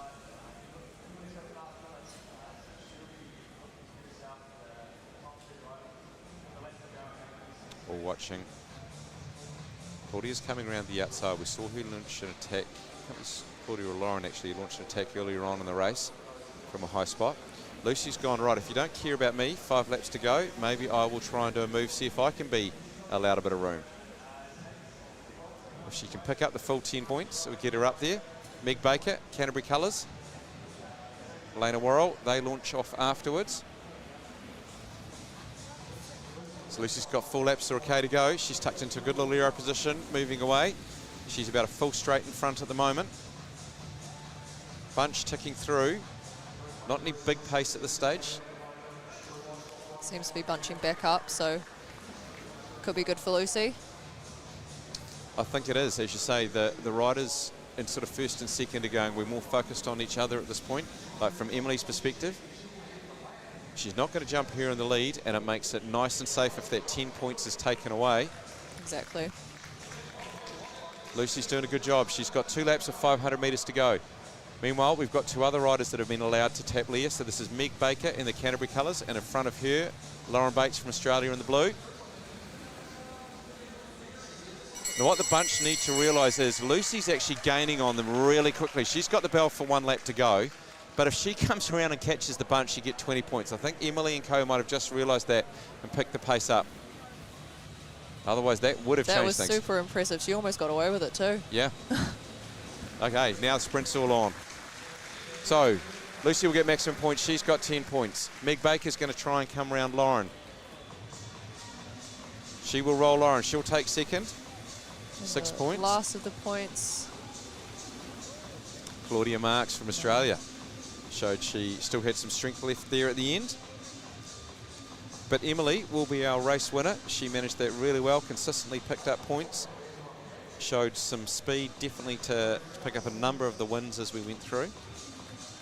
You'll see she's just consistently scoring across all the sprints, not necessarily winning all of them, but just constantly ticking over each time, just slowly building that lead. And yeah, not getting 0 points too often. Yeah.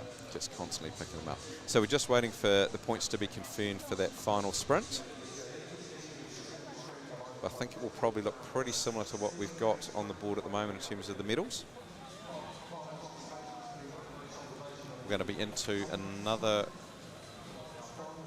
I'm not sure we're going to see women's Kerin, we're going to see women, until I can't quite tell what we're going to do. I'm not sure if we're going to see women's Kerins or men's sprint up next. I think it might be women's Kerins we're going to see up next. So we'll see the B-final, then the A-final.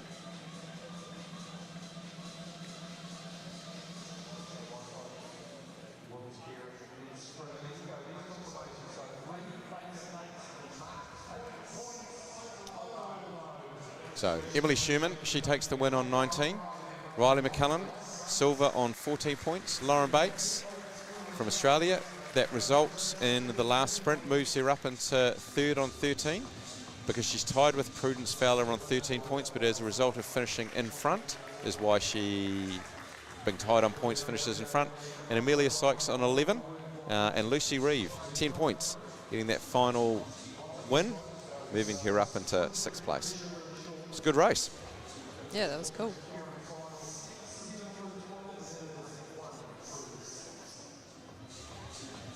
Thank you for joining us, Anna. No problem. Thanks for having me. It's cool to see a strong women's field. No, it's good to get such good numbers, and obviously we've got other riders who aren't here. Ali Williston came back for, I think, a very short stint in New Zealand and is back overseas again.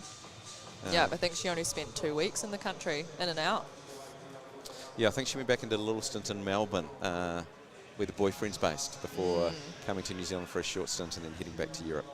Yeah, I believe she's preparing for Tour Down Under, will be her first race of the season, so she'll be doing that, and then I hear she'll be coming back to New Zealand for Road Nationals. Okay.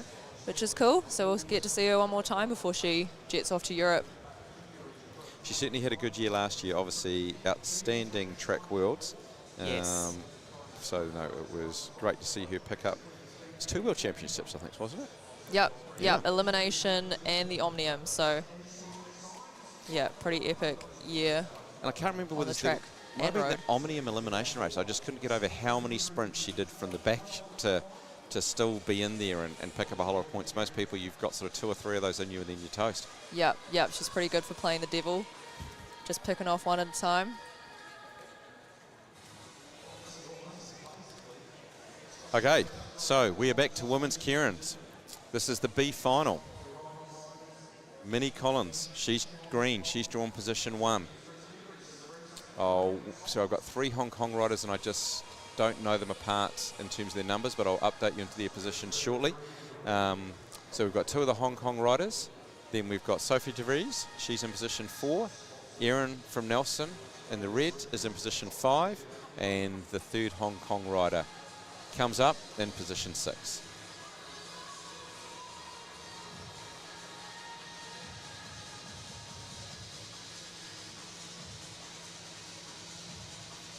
Big thanks to APL Window Solutions, been a long time sponsor of the Velodrome and the bike racing here. Principal sponsor for this event.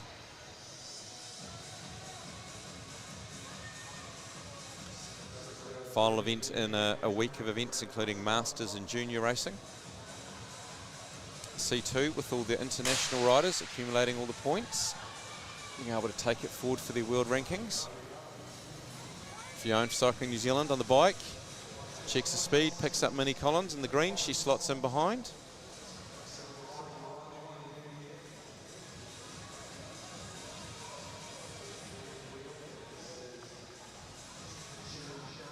So in the age of doing everything, Anna, did you do some Keirins as well? Can't say I ever got amongst the Kerin action. I think that's just, I didn't pick up track cycling until I was an elite, and I was very much so an endurance rider by then. So yeah. You're never a wannabe sprinter and didn't get out there? Nah, definitely knew very early on that I was not a sprinter, that's for sure. Okay, I'll try and call these Hong Kong riders. So in second place, 150, Ying Sha Ching. We've then got Sophie Maxwell in New Zealand. Looks like she's going to look to pull up and move up before the motorbike pulls off.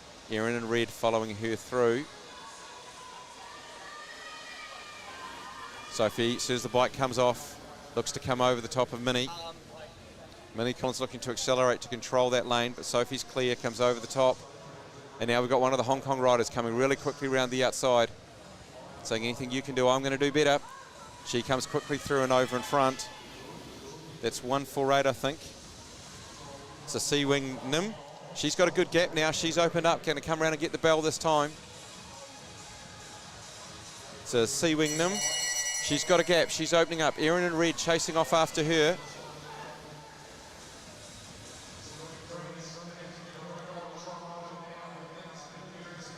It's a C-Wing Nim. She's got the front at the moment. She's going to take this one out from Hong Kong. Erin will pick up second. And then Yin Shan Ching, she picks up third place. And Phoebe Dong, she picks up fourth, the way I see it. We'll just wait for the official results to come up. Hopefully I've got that right for you.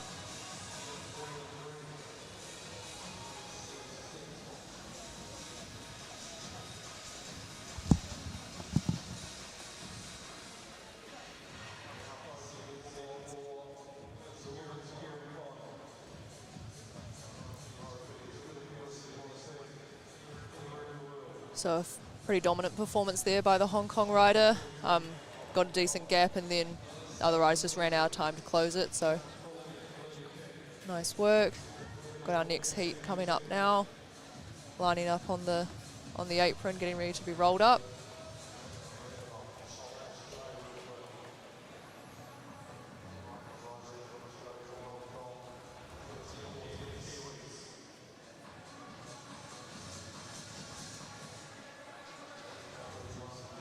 Sorry, in position one from Australia, I'm sure I'm going to be pronouncing her name wrong and murdering it, sorry team.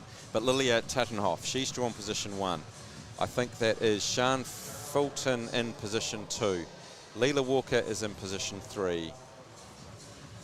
From Hong Kong, Chou Yao Young in position 4.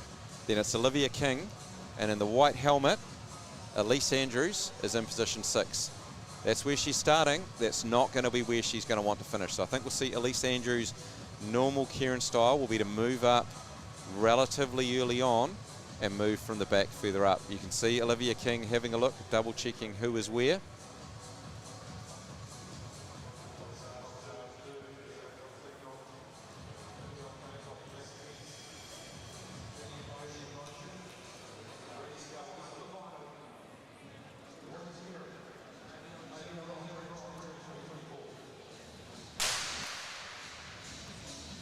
So motorbike comes through. Lila Tatarinoff from Australia, she picks up the bike. Sian Fulton slots onto her wheel in the blue New Zealand. Leela Walker and the black Velo bike slots in next from Hong Kong. Cho Yi Young, she's got position 4, and then rounded out by the 2 remaining New Zealand riders. Olivia King with the black helmet, and in the white helmet at the back, Elise Andrews. Olympic champion in this event.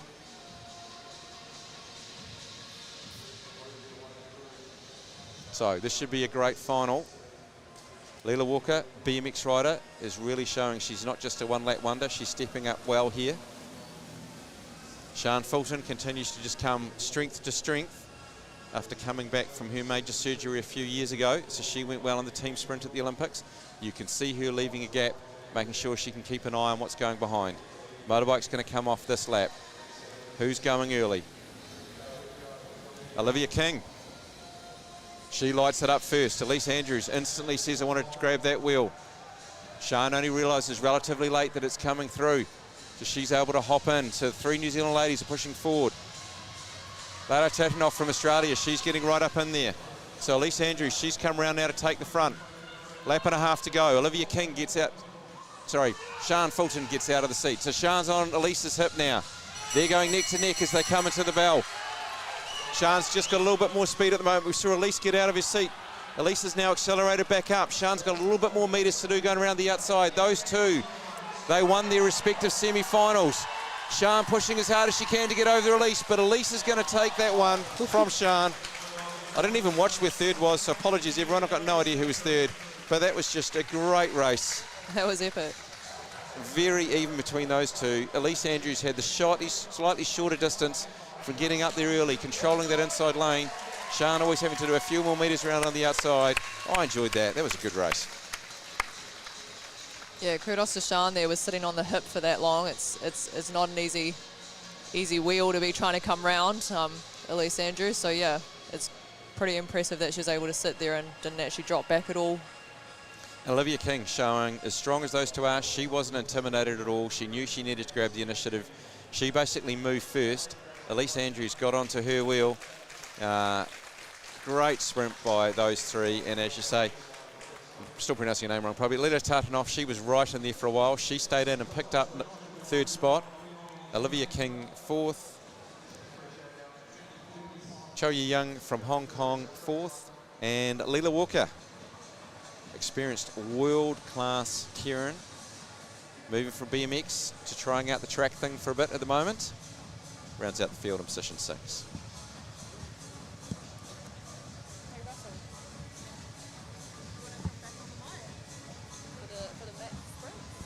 Thank you, Anna, for joining us. Nice to get your insights. Just amazing. No, good to be able to have a technical person to bounce off, and it's much easier having a conversation. So, thank you.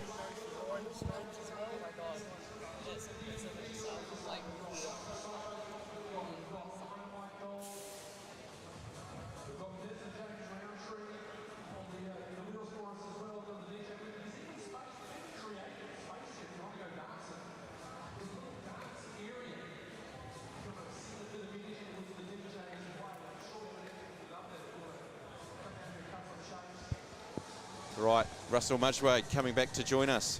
We are now into the men's sprint finals. Yeah, men's sprints finals, and what a race that last race. Oh, that Kerin was awesome, wasn't it? Yeah, absolutely.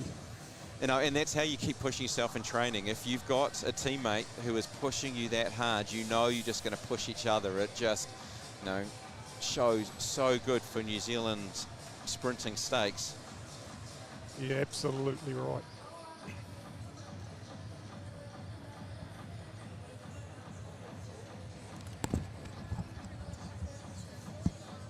Okay.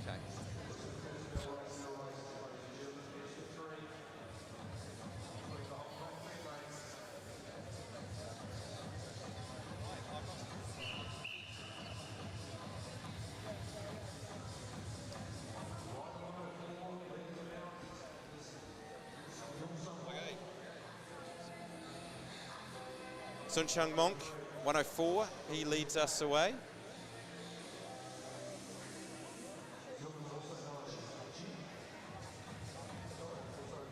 Okay, so he goes by the nickname Ivan, is what they asked me to use earlier on today. And Maito, he's got the white helmet in position 2. So Chike Toi or Maito, he's in the whiter helmet in position 2 at the moment.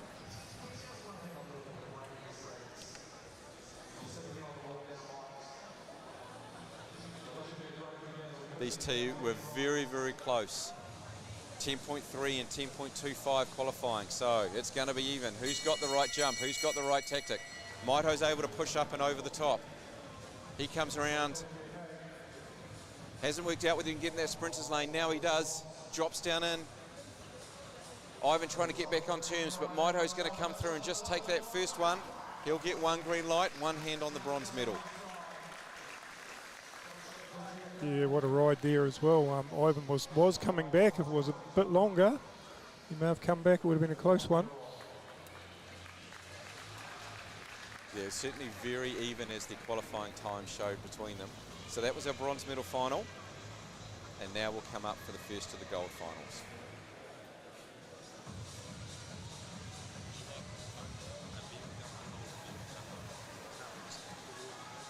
Thank you.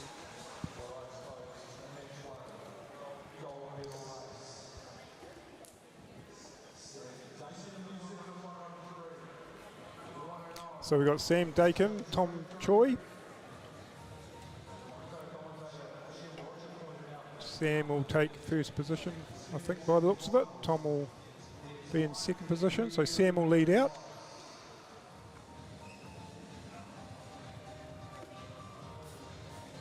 This will be a good race as well.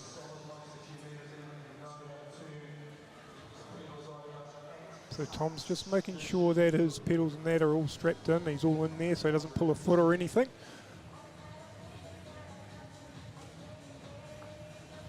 So Russell, I think this one could be just as even as that last one. Sam's obviously got more experience in close racing, but Tom's been to Australia recently, though I think he was pretty dominant at that Blackline event over there. Sam's just back from competing against some of the best in the world, so he will have had some good match sprints. The qualifying times were very similar. Sam a fraction faster. Yeah, it'll be an interesting race. Absolutely. Both giving each other the death stare, ready to throw it down. So they were a fraction under and a fraction over 10 seconds flat in the qualifying. Be interesting to see what tactics are played out here.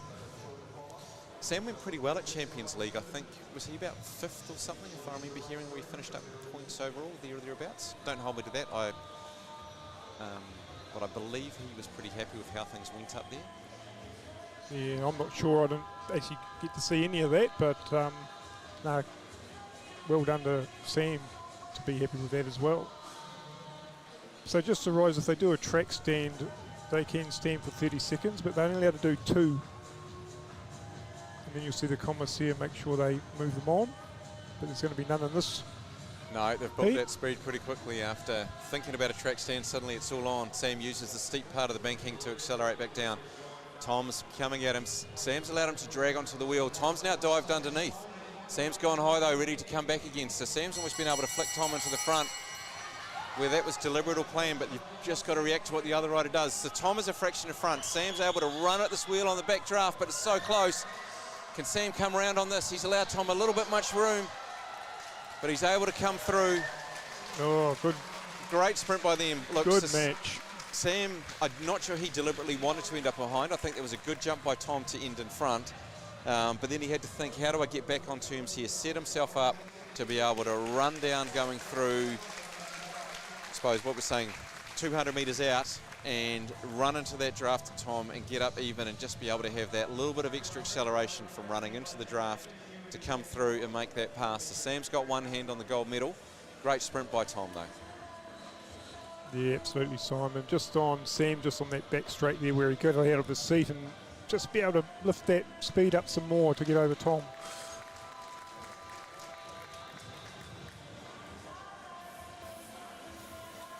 So we're going to have a little break now for some medal ceremonies, is my understanding. We're going to see victory ceremonies for the men's scratch race from earlier on, the women's points race and the women's Kerin. So we will just have a little pause and we will bring you that prize giving shortly, according to my program.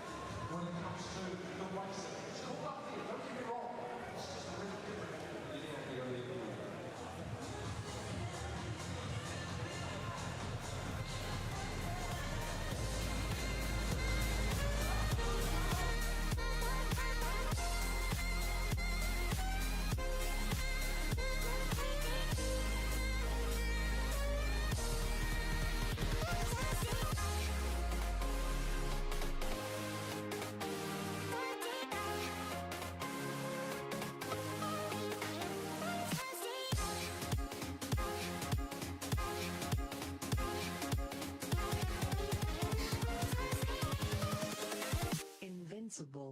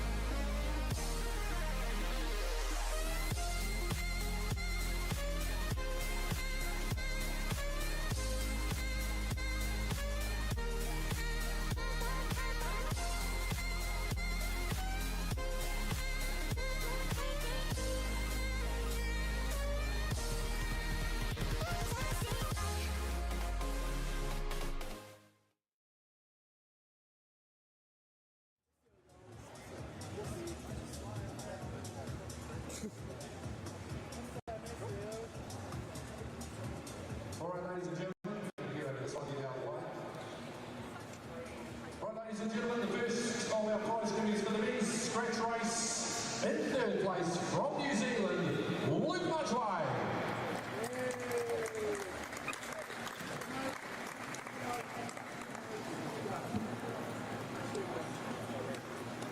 In second place, and it's wonderful to have the international component from Japan, Tetsuyo Yamamoto.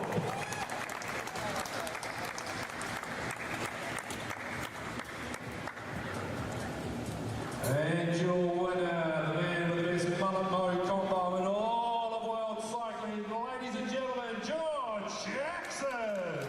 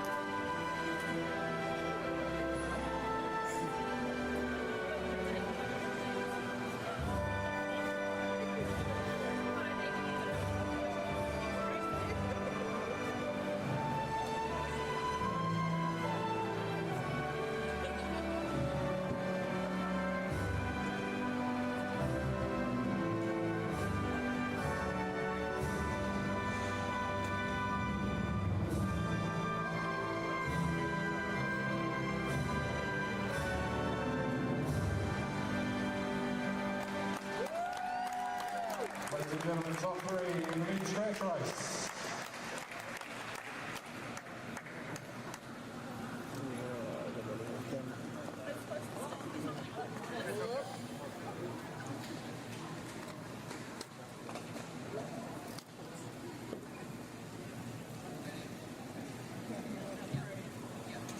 All right, ladies and gentlemen, our time for the podium presentation for the women's points race. In third place, from Australia, Lauren Bates.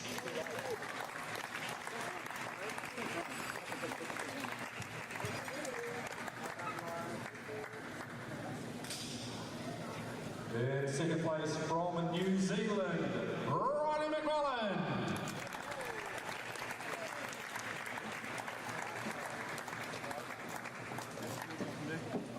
And the winner of the points race in the APL New Zealand Grand Prix, also from New Zealand, Emily Sherman.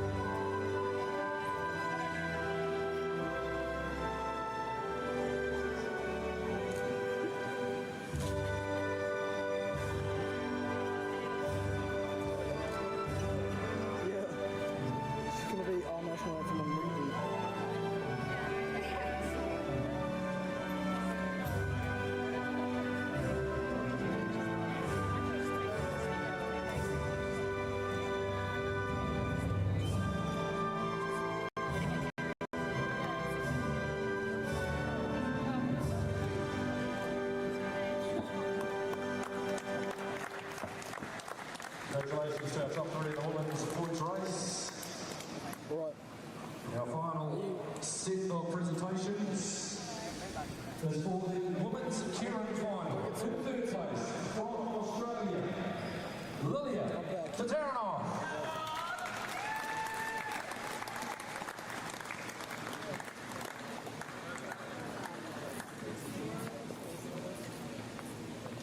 In second place, from New Zealand, Sean Fulton.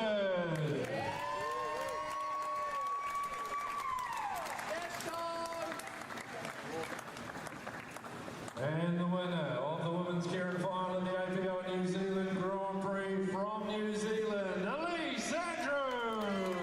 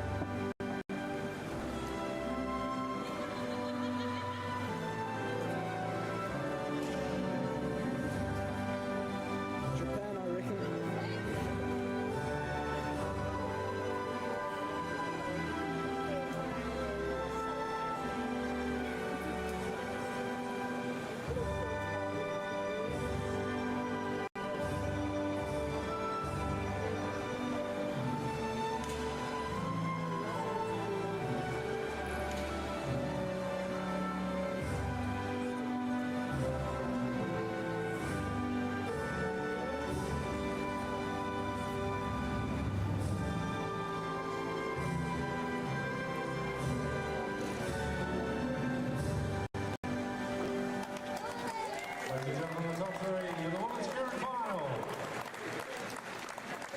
I gotta gap it up.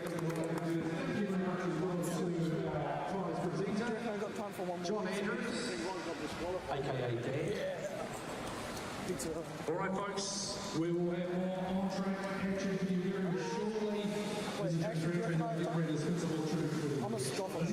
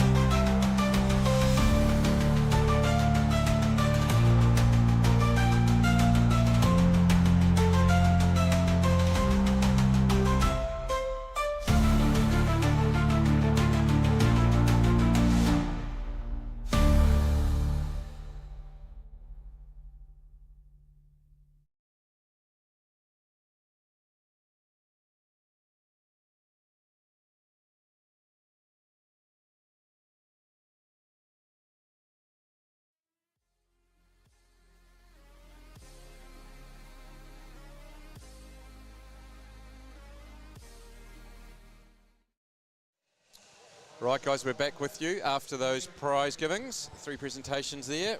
We're back into the racing. We're going to get men's sprint finals up. This is the bronze medal final. They're just getting clipped in for now. Gold medal final, and then following that is going to be men's points race.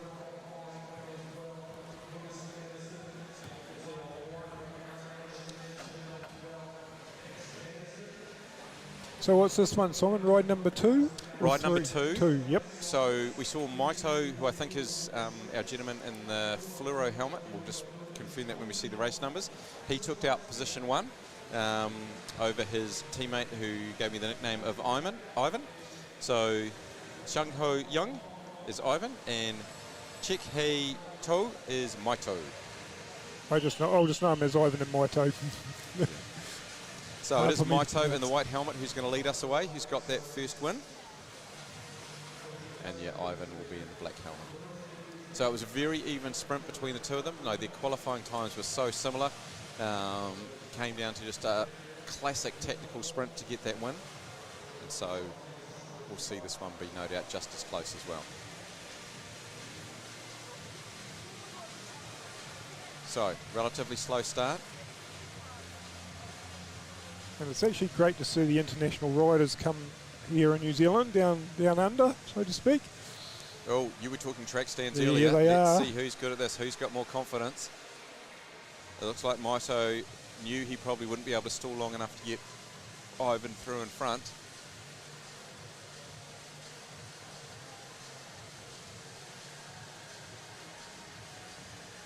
Will they try it again here? Oh no, going a bit quick. Oh, Ivan looks like he's going to go something different and go, right, well, do I take control now and see if I can box? Maito looks to try and keep up a little bit more height. Builds that height. Ivan's going, right, can I sneak off the front? Maito's going, no, I'm going to run at you, make sure I've got that. When you get too close, you just come up again, build a bit more height. Both foxing around out of the seat. Maido's going to try and come straight over Ivan as they get the bell coming around for the last lap. You can't come into that sprinter's lane until you're clear. Maido's been able to get just through in front. Ivan's on his wheel, so Maido's going to be able to hold this. He will come through. Maido takes the win. Ivan accepts. Couldn't quite get over his teammate.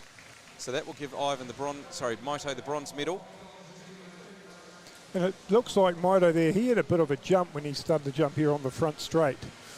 Yeah, he's got a bit more of a kicker, a bit more of that start, doesn't it? Their top end speed's very similar, but obviously in that acceleration, was able to just use that, pull over his teammate and roll through in front. Roll through, absolutely.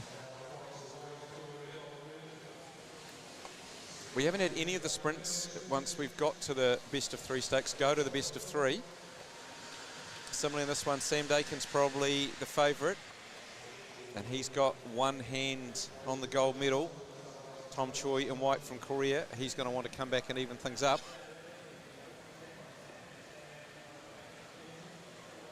Be interesting to see what tactics Tom does this time, because he knows Sam's got that strength. So the various coaches bring them up. John Andrews, New Zealand sprint coach, brings up Sam. Jason Russell, Grassroots Performance Group, so it's a group basically just for those who are very good sprinters but outside of that New Zealand level, training also here in Cambridge around work and uni and those sort of things. He's Tom's coach, he brings him up but also runs that group. So it was very even last time. Let's see who can do what. The sprinters stare down's happening. I'd love to know what they're thinking, Simon, when they do that. Yeah, enduro riders, it's never been a big thing, has it? There's no point staring at them. You've got lots of time to ride around them and stare in their eyes later. But for sprinters, yep, it's a big part of it.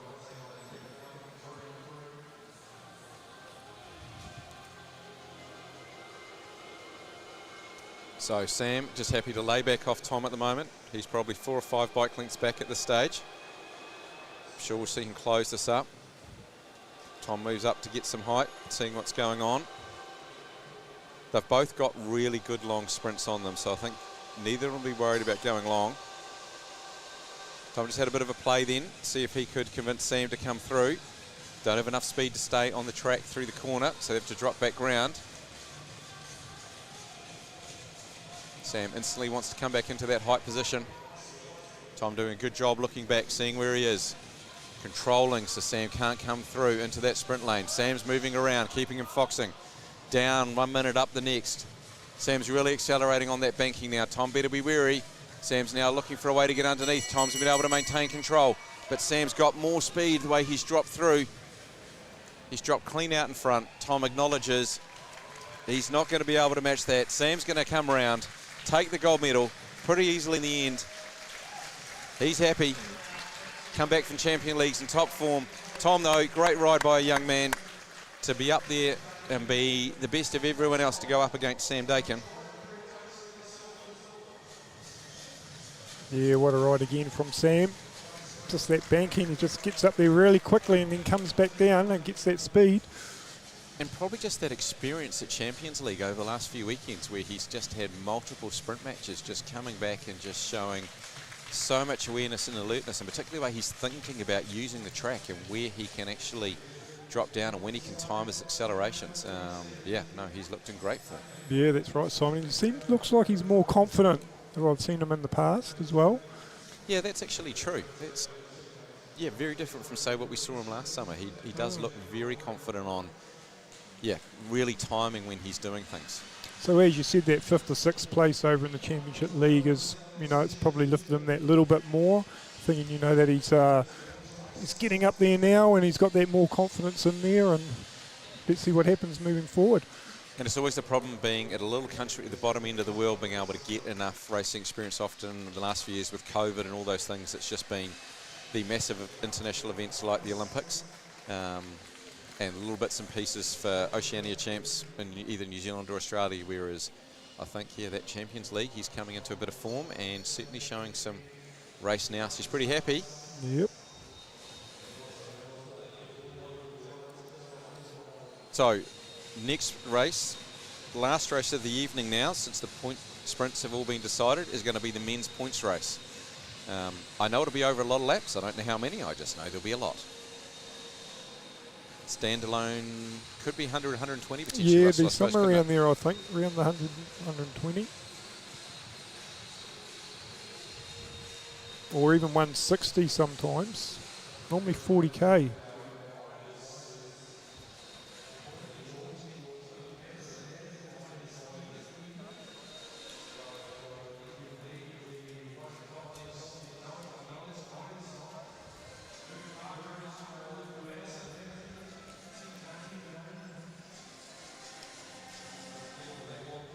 So I assume it must be nearly another full field there, Simon. Yeah, it looks like there's maybe just been one scratching. We had a couple of riders who certainly dropped out a little bit earlier in that last race, but only appears to be one scratching at this stage. That is 120 laps.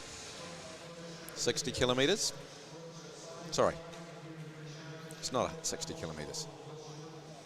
So it'll be 12 sprints every 10 laps. I'm actually trying to add that up as well, Simon. I should know that. 30 kilometres. That's it. 3 times 4 gives us 12. Move the 0. It's hard to do maths and talk at the same time, Russell. It's Yeah, I think not that's fair. what it is. So the 160 I did have right at 40 kilometres, so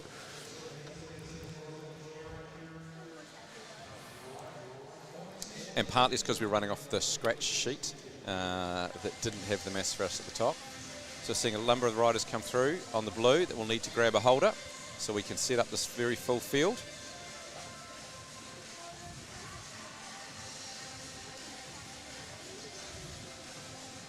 So Kyle Aitken on the screen there.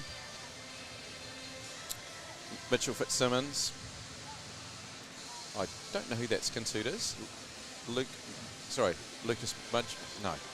Lucas Murphy, Nathan Bunn, Magnus in the New Zealand kit, Oliver Watson-Palmer, moved to an aero helmet, Tom Sexton, another one of the Australian riders, Joshua Grieve down on the front there.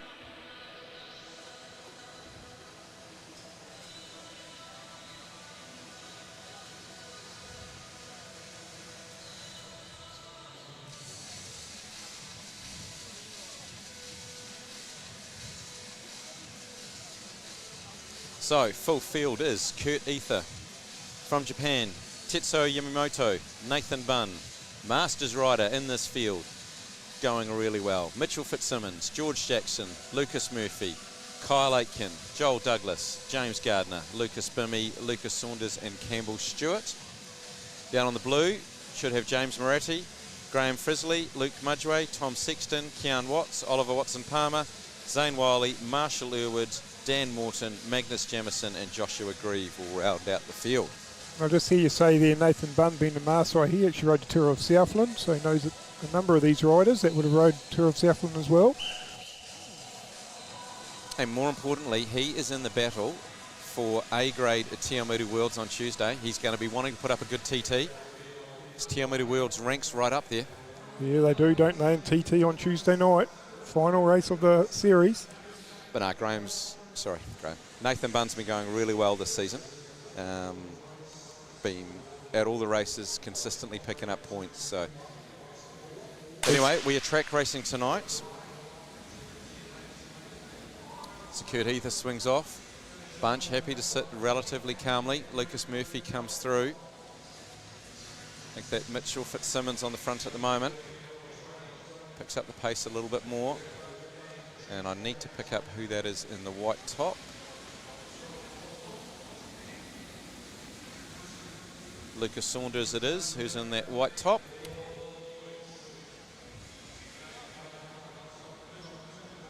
Japanese rider Tetsuo, he swings off. Magnus followed him off, so all happy to just go through and off at this stage. Obviously 120 laps, long time out there. You've got to manage when you do your efforts.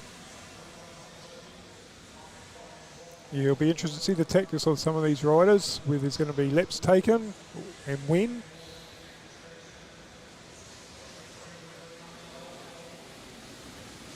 So another rider who has changed kit, who is 145.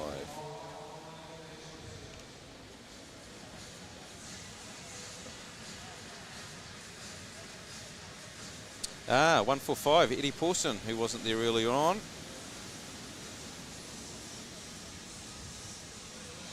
Speed picking up now. No one's going to give me on this first sprint. Joshua swings off. Mitchell Fitzsimmons.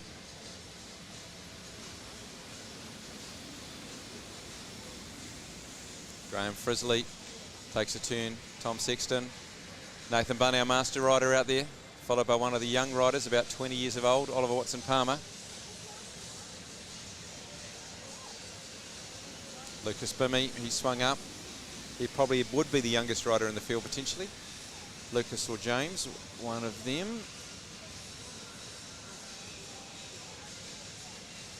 So we're just 3 laps out from the sprint, all together at this stage. Keon Watts swings off. Kurt Ether, Kyle Aitken from Cambridge on the front now. George Jackson, we saw him take that race earlier. So they'll know he's got a bit of form and a bit of speed today. James Gardner from Dunedin. He's in the yellow on the front at the moment. I think he's deciding to stay there for this first sprint. They're going to come around to get the bell this time, so he's only got 1 lap to go. Marshall Irwood, though, his teammate, roaring around the outside. James tries to pick it up, but Marshall's coming through with too much speed. So Marshall's timed that run really, really nicely, setting himself up for max points. They're going to battle for the minor places. Marshall Irwood, he gets the 5. I think that's Mitchell Fitzsimmons. He'll get the 2. James up there. Pace being kept on.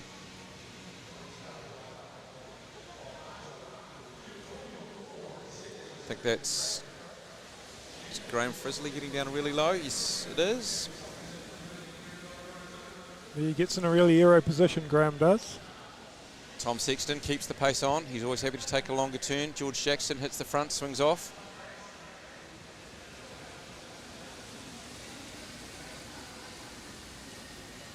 Campbell Stewart. First time we've really talked around him. So he didn't try and play in that first sprint. So of course, potentially people can be waiting for later, thinking they will look to try and use it to grab a lap, pick up the 20 points later on.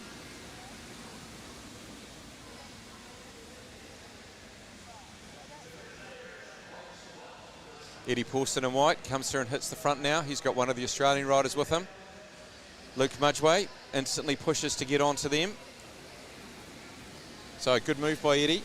He's got Kurt Ether with him, Luke Mudgway and James Moratti from Australia. So that's a good break of 4. I think it's Kyle Aitken and Magnus now in the New Zealand colours trying to chase them back on. Sorry, that's not Kyle.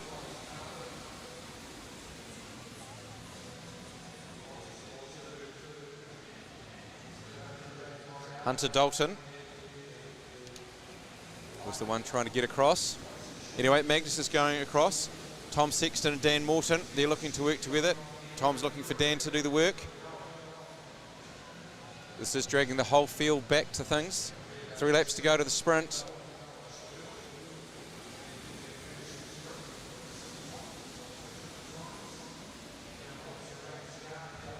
James Moratti from Australia on the front at the moment. He swings off. Eddie Pawson takes over. Junior Worlds rider from a few years ago. Magnus Jamison in the Junior Worlds kit.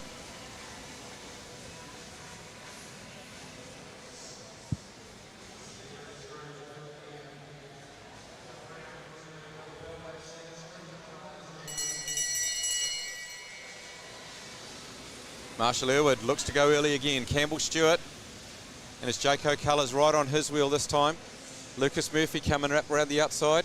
Campbell has a look, sees he's there. What's the plan? Campbell looks like he wants to roll. I think Campbell might have just taken that off Marshall Irwood, but we'll let the commissaires confirm that. So, but Marshall will be right up there on the points because he picked up the opening one as well, remember?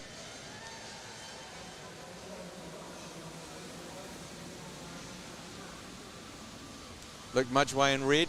always happy to hit and push the front pretty hard. Still waiting for commissaires to update second points. Here we go. Campbell Stewart did get it from Marshall Elwood on 3. Lucas Murphy picked up 2. Mitchell Fitzsimmons. So that gives us Marshall Elwood on 8 now. Campbell Stewart 5. Mitchell Fitzsimmons 3rd on 4 points at this stage.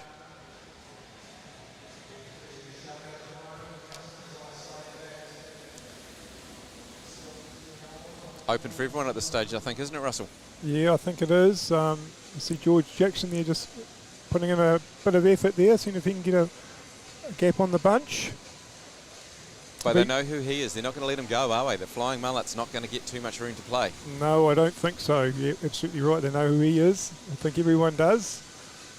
So Tom Sexton, his teammate, putting in a good effort. They had a hilarious individual pursuit match-up as part of that testing during this week. Tom caught him. George sat on him for a couple of laps, which obviously officially wouldn't be allowed. And then with a couple of laps to go, George attacked him. Okay, Nice. Japanese rider is off in front at this stage. Lucas Saunders, he's going to get caught by the field to go down a lap here. Lucas Murphy trying to get across the gap to the Japanese rider. The bunch has eased up too. They could make a split here and try and get that lap.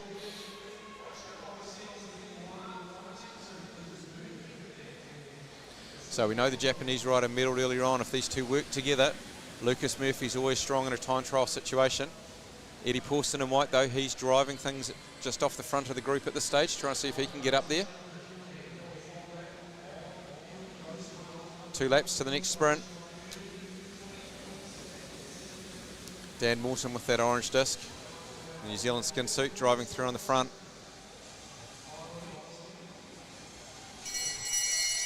Dan swings up, Hunter Ballard's on the group. With these 2 in front, they've got a good gap. Marshall Elwood, not seeing an early launch from him like we did before. So Hunter Ballard's got Campbell Stewart on his wheel. They're going to go for the minor points. But up front, looks like Lucas Murphy from Hamilton. He's going to pick up the points on that one. Tetsu Yamamoto will get second. And those two are swinging up the track, so you're going to see the bunch come back together. Lucas Murphy just keeping a tempo going. No, he swings up now as well.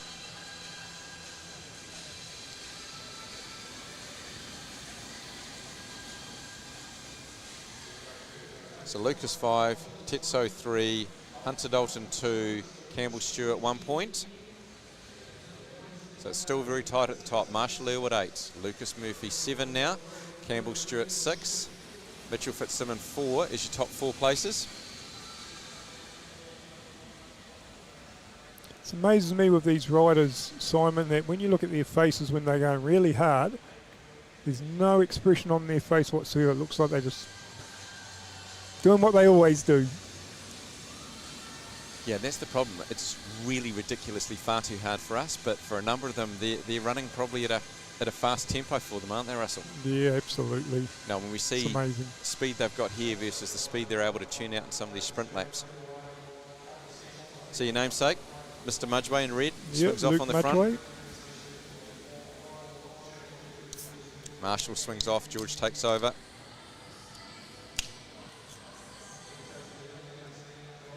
Lucas, who was away in that break, swings up. Number of riders follow him. Keon Watts, Israel Premier Tech rider on the road. Graham Frisley from this purple Aussie team, who's just now signed to be with the US for the next few years rather than Australia. It's Dan Morton in the New Zealand colours now. James, then Mitchell. Oliver Watson-Palmer, Lucas Bimmy, one of the younger riders out there. He was at Junior Worlds this year for New Zealand. Followed by the oldest rider out there, Nathan Bunn. And Nathan hasn't long moved into the Masters category, actually. He's not quite as master as much as us, is he? No, that's right. But he's so smooth on his bike, on the road and on the track.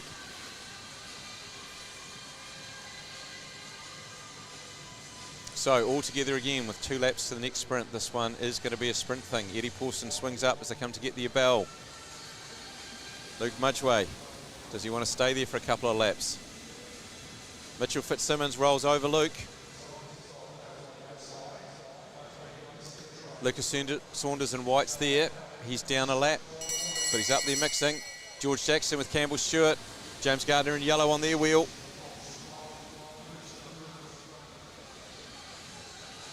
So George has opened up a little bit of a gap. I'm not sure Campbell will be able to quite run at this before the line, so George will pick up max points this time. Campbell will get second though, which will help move him up. George looks to obviously just keep that pace on, see what's happening. Swings up now. Campbell's happy just to ease the pace off.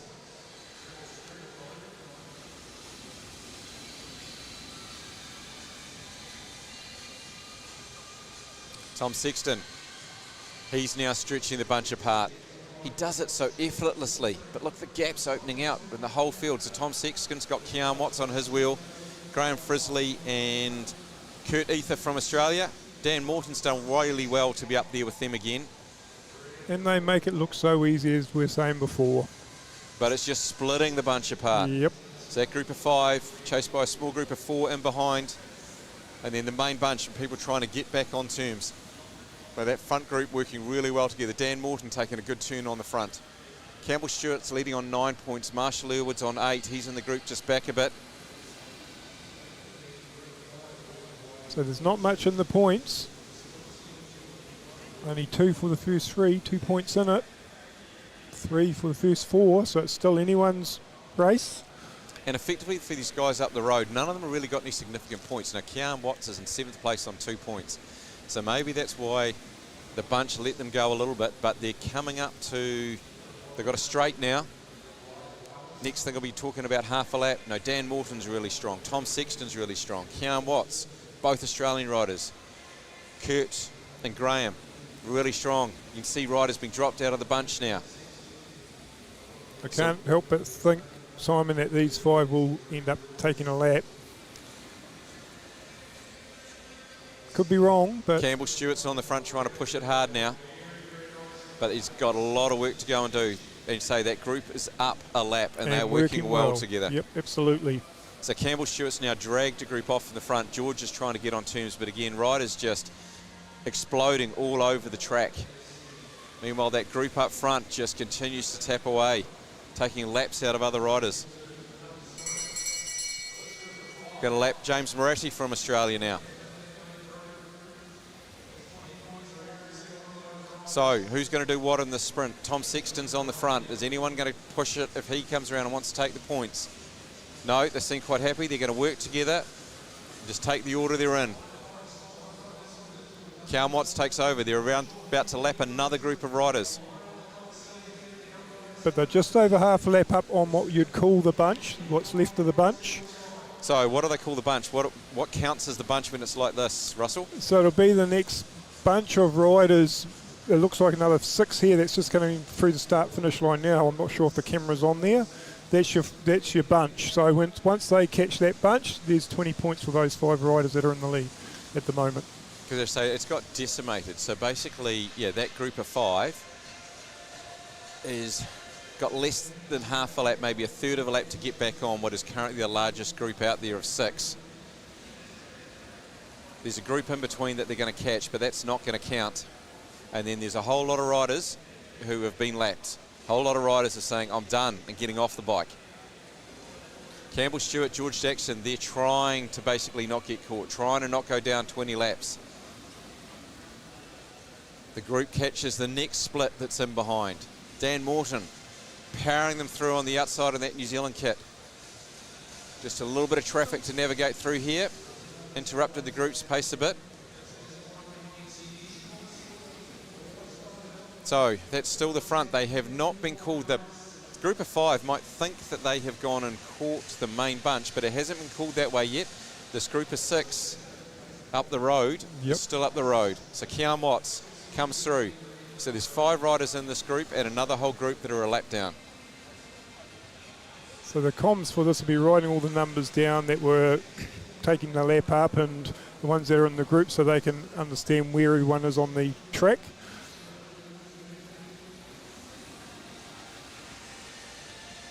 So those who are in the break, Dan Morton, one of them, understands what they need to do. Need to basically catch that group in front of them to pick up the maximum points, but their rhythm's interrupted a little bit now with these number of lapped riders who have tacked into them and maybe not working quite as well. So all the riders that are in the front, those riders that they caught up, when they come to the sprint, they've all got a chance at the points. Okay, so this group here are going to be maxing out the points. You've got 2 Australians in there. Luke Mudgway, Dan Morton, Tom Sexton, Keon Watts.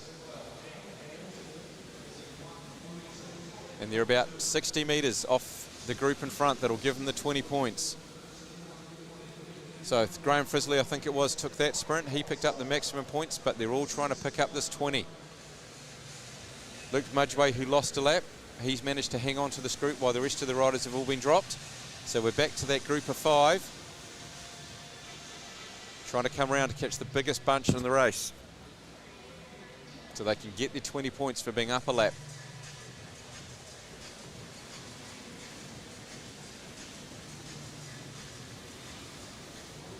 Still cool as the front of race. As you can see on the camera, you'll get little flashes just in front of them is where the rest of the races come together for the riders who have stayed there, riders who are a lap down. And that'll be your bunch now, so they've caught now, so they will get 20 points up for those 5 riders. Great ride by Dan Morton, tagging in with a brilliant break.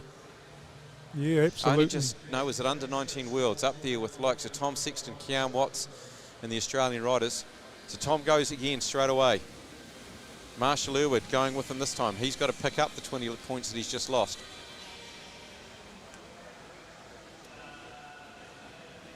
We currently are quite behind on the scoreboard in terms of where the actual points are in the race, I think. So yeah, the commissaires will be trying to work out what's been going on and talk to each other. And so we haven't seen any of those 20 points added yet. We'll see that put up on the screen for you shortly, no doubt.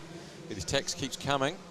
Eddie Pawson now sees if he can get away with somebody. He's got Luke Mudgway for company. That's a perfect person to be getting away with because Luke rode really strong in that track camp.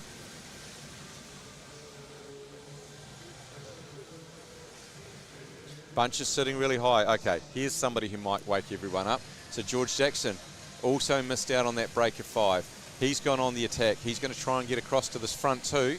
So you'll see a rider in purple come onto them shortly. Sorry guys, it's a great advantage of watching this thing live rather than just on the screen. Camera guys are doing as much as they can, but it's just easier to see live. So these 3 riders that you can see on your screen, they are 100 metres up now on the bunch. Bunch is working through, but not going as hard as that group on the front. So Eddie Pawson and Luke working really hard. George Jackson in purple made contact with them now. Scoreboard has been fully updated with the riders who've got 20 points. So Graham Frisley leading on 27. Meanwhile, back to the sprint.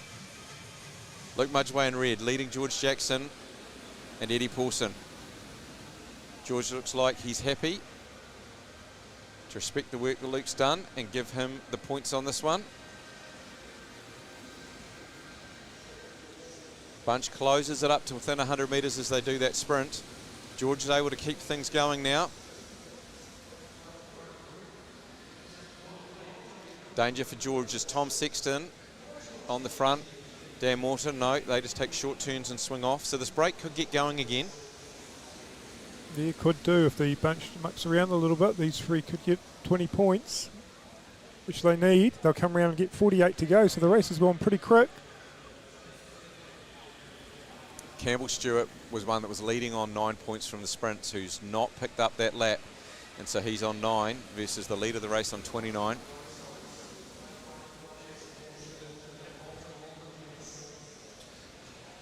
So on camera, you've got this 3. Meanwhile, the bunch is detonating all over again. We've got one of the Australian riders. That is James Moratti. He's pulled away with the Japanese rider. Keon Watts, Mitchell Fitzsimmons trying to come across to them, but everyone's sort of flicking off, looking for somebody else to do something. The group of 3 at front continue to work well together.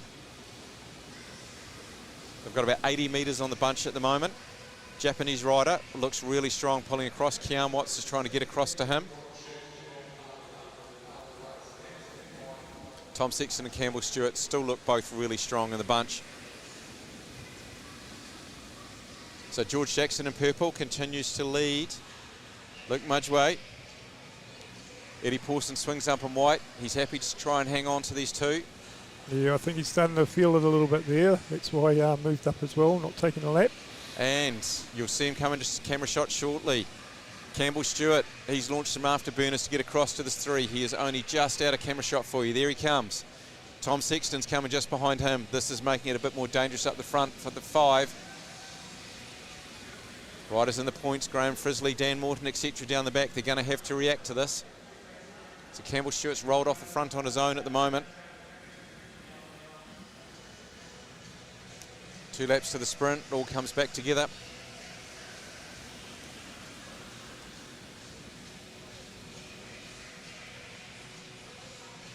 I think Eddie Pawson is going to try and hang on maybe for sprint. No, he swings up, has a look. 40 laps to go, 41 as they get the bell. Seeing some more riders go. It's too hot, I'm stepping off. Tom Sexton comes over top of Campbell Stewart. I think that might be Graham Frisley on the outside. Sorry, no it wasn't. Kurt Ether was the Australian, just stepped around the outside there. So the bunch is reduced in size. We started with about 24. Here comes George again. He's taken off again. Followed by the Japanese rider again. They had worked well together. Bunch is certainly set up. So it's a perfect time to go for George. Bunch is not working well together. They're sort of doing individual efforts and then swinging up. So this is playing into George's hands. If he has a look behind, he's about half a lap up on the bunch now. Japanese rider coming to him.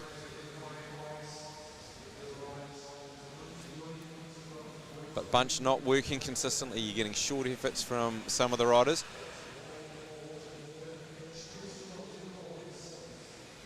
So that breaks half a lap up now. About to catch a lapped rider, Hunter Ballard. See how they've got that distance in the field just by the field easing up just slightly. They're over half a lap up now. Going to come around this time to 5 laps to the next sprint. You see how that bunch is pulled high up on the track fractionally. They're rolling steadily but not pushing. Whereas George and Tetsuo from Japan working well together. They're now in the same straight as the bunch. You get much closer, you'll start to get the draft off that big group. That helps you get those last few metres. Well, that's what they tell me.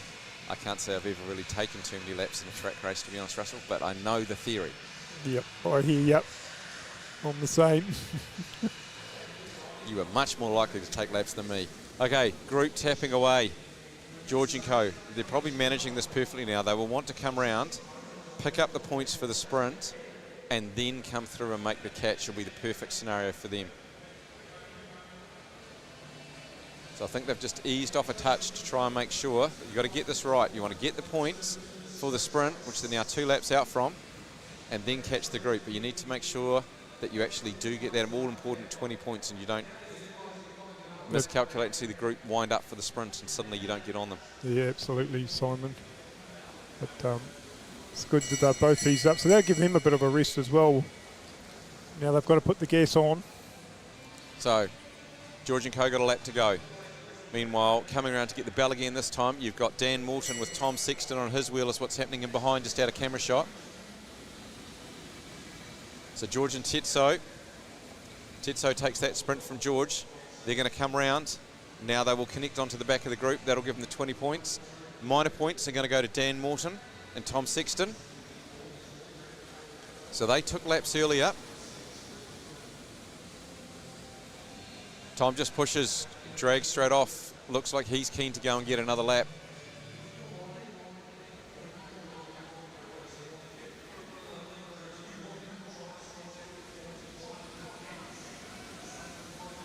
Tom Sexton's got about a third of a lap already. His body language looks pretty positive. It sure does. It's like, as I said before, look, there's no expression on the face. They're just so smooth. Make it look easy. Yep, just spinning away on that back line. Has a look across to check what his gap is. So he currently is your race leader. Tom Sexton, 32 points. George Jackson, 1 point behind on 31.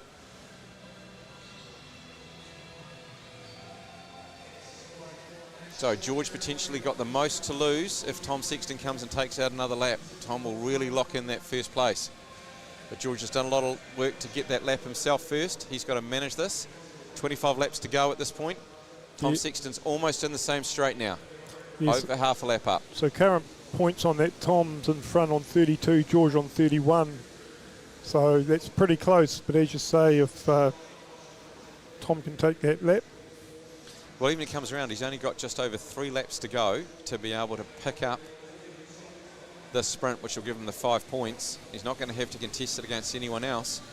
No, and I think he will take a lap not long after that as well.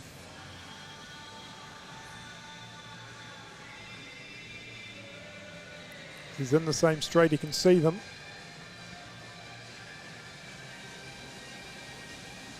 Two laps to go to the sprint.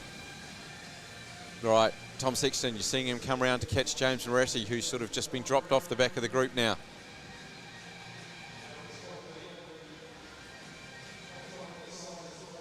Gap's down to about 50 metres now.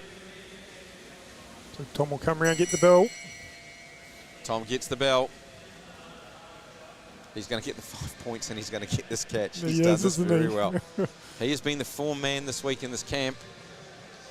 He's having to almost ease up not to get the sprint. Meanwhile, at the front of the bunch, Campbell Stewart. Kurt Ether. They're wanting to launch off after the minor spots.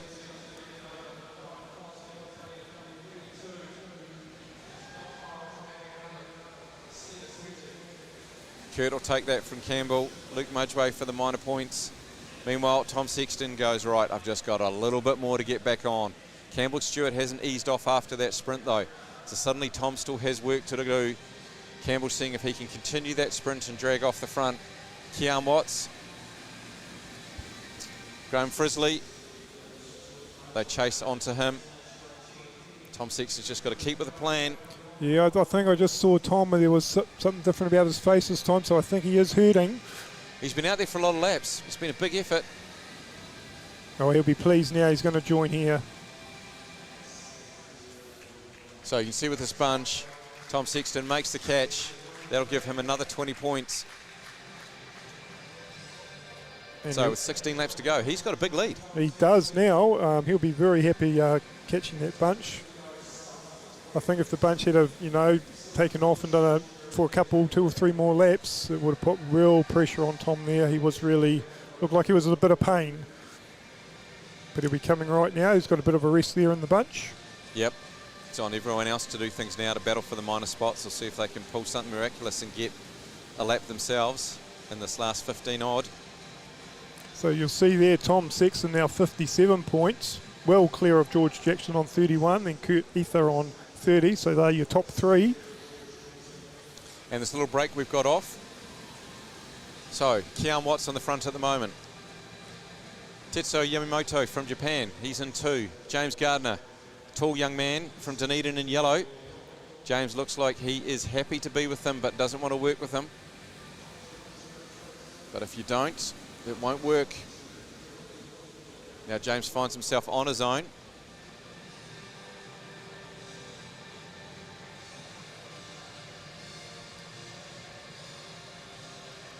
Two laps to go to the next sprint. Tom Sexton looking comfortable in the bunch. Between Kurt Ether and George Jackson, there's only 1 point in it with just 2 sprints to go. From the bunch, Campbell Stewart's just launched a bit of an attack off. He's closing the gap pretty quickly on James Gardner in front, so you're going to see him run at this wheel down the back straight and just go straight by. I get the feeling, Simon, after this, once he takes this sprint out, Campbell's going to keep on going here. Yep. James Moratti from Australia, he comes over. Oliver Watson-Palmer, Kyle Aitken, they pick up the small places there. None of them look like they want to get on terms with Campbell. Is Campbell going to want to keep this going himself, though, is the question. It looks that way. So Kurt Ether from Australia, he's looking to get across to be able to work with Campbell. Campbell's looking for the company. The two of them have 50 metres. Kurt launches straight away. Campbell goes, right, somebody wants to work with me. Let's see what we can do. 8 laps to go. Obviously double points on the last. It would be a big ask to come through, you would think, at this end of the race and get a lap, but anything can happen. Yeah, absolutely.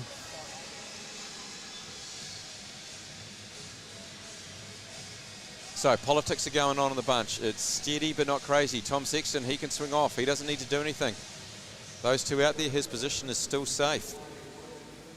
Yep, so positions 2 to 6, there's only 5 points, 6 points in it, so anyone can get in second place. Tom will definitely take gold here. Right, so our 2 in the lead on the camera. Half a lap up on the bunch now. 5 laps to go for them. Keirin a bit, Campbell Stewart. He's now launched an extra bit of effort. It's dropped Kurt. At the front, the bunch is splitting apart. But all Campbell has to do is catch the biggest bunch, not all the bunches. So he just needs whatever is the biggest group. But unfortunately for him right now, that is the piece at the front. Campbell Stewart's half a lap up on what is that biggest piece of the group, but he's going to come around and pick up some lap riders. Just continues to tap away in that aero position. I don't think he's going to get the 20 points. It's going to be a tough ask. He's still a bit over half a lap up. If he did get that 20, he would come in at second place. But as you say, it's a tough ask now with 2 to go. Yep. Yeah, we've seen him many a time have a super surge of speed, but it's not quite going to be there for him. Meanwhile, main group's fighting it out. This is Campbell coming through to get the belt. Catching a bundle of the riders that have been dropped from that group. Edward Paulson, he's leading the group at the moment. Out of camera shot. So Campbell Stewart, he's going to come around. He's going to get the 10 points on the line here. It will move him up, but not quite be enough.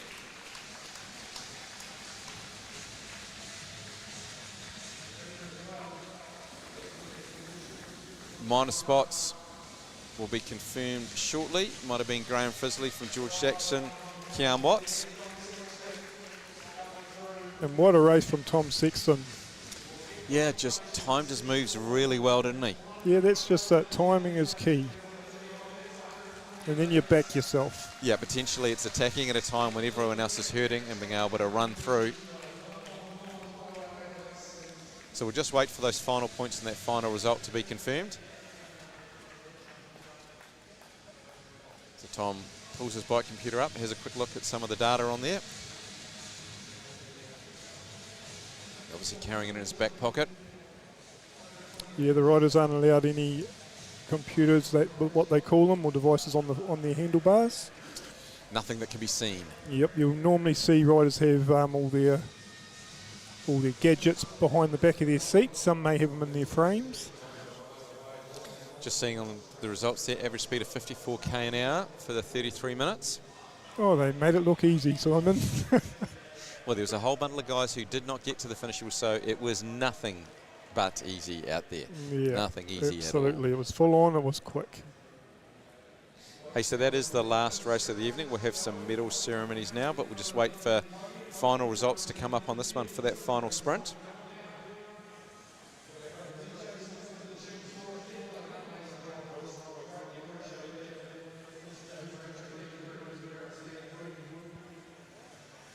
Commissaires just double checking, triple checking things. Won't always get the final result up correctly, so no correspondence will be entered into. And the riders will be pleased to finish quite early, really. This is quite early for a finish, so they'll be able to recover a bit more for tomorrow. Commentators get pleased when it finishes early as well, Russell. Yeah, you're right, actually. I was just thinking that. You read my mind. It's run, look, we've been very lucky today. There hasn't been a single crash, which has allowed everything to run completely smoothly and ahead of schedule, and good on the riders being organised as well. As well as all the officials and volunteers. Still waiting for this final sprint result. And it takes a lot of officials and volunteers to have the events that we do.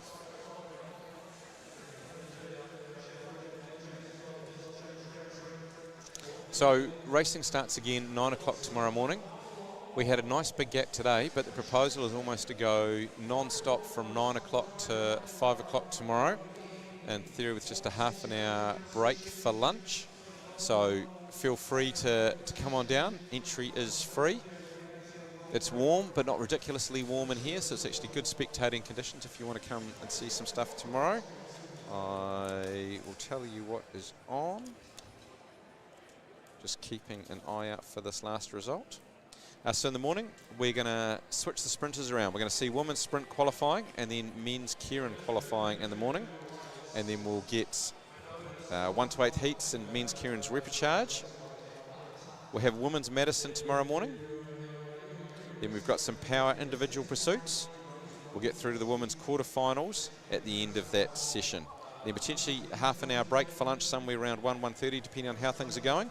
And then the afternoon session estimated to start about 2 o'clock, where we're going to be back to women's sprint finals, men's Kerin semi, men's Madison final, more women's sprints. We'll see the women's elimination, men's Keirin's final, and then we'll have women's sprint finals and finishing out with the para individual pursuit finals. So still a lot of racing left, absolutely. Yep.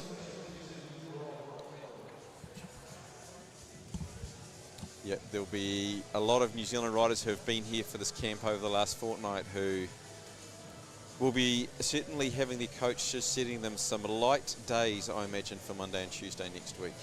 Yes, I could imagine they need to recover. What's the next event for the New Zealand riders, Simon, do you know? So track-wise, there will be the North Island Cup, which I don't know the exact date, but it'll be somewhere late January here. And then many of the endurance riders will be doing the Road National Champs. So that's down in Timaru on about the, you think about this, the 8th or 9th of February, so early February. And then this year we've got Oceanias in Australia. I think it's in Brisbane, just before Nationals down in Invercargill, which is the end of February, start of March for the Nationals. So a lot of racing on really just after in the new year again. Yep, and then that will be, as you say, the key part of the New Zealand season done, and we'll see some of these riders head off overseas, Northern Hemisphere, be it either the US or Europe, obviously.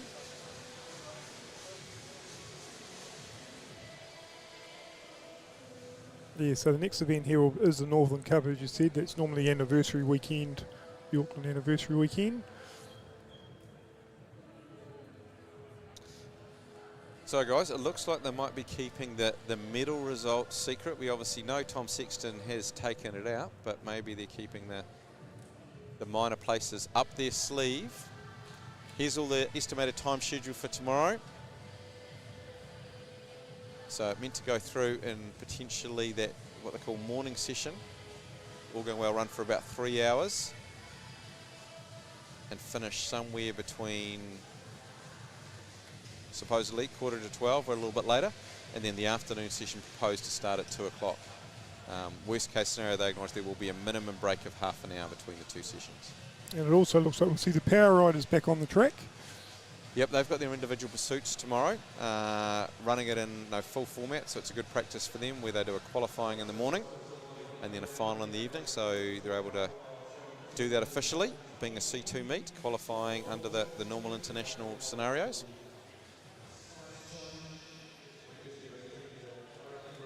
So it looks like the commissaires are still working through the results. Yeah, when it's splitting up like that, it's like who lost laps, who took laps, who lost lots of laps, yeah. Yeah, absolutely. You normally have a commissaire that'll be watching the front of the race. There'll be a commissaire that's writing down numbers on the back of the race.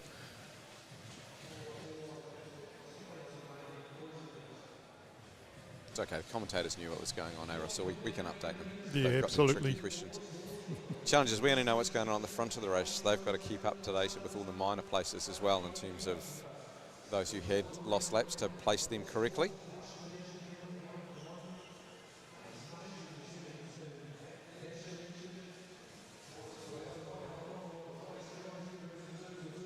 Right, so we might have a little break here just while we wait for the prize giving. So that is the end of the racing for today. As I said, racing will start, the live stream will kick off just before 9 o'clock tomorrow morning. We'll just run a little bit of an ad at the moment while we get those presentations up, and we will be back to you then.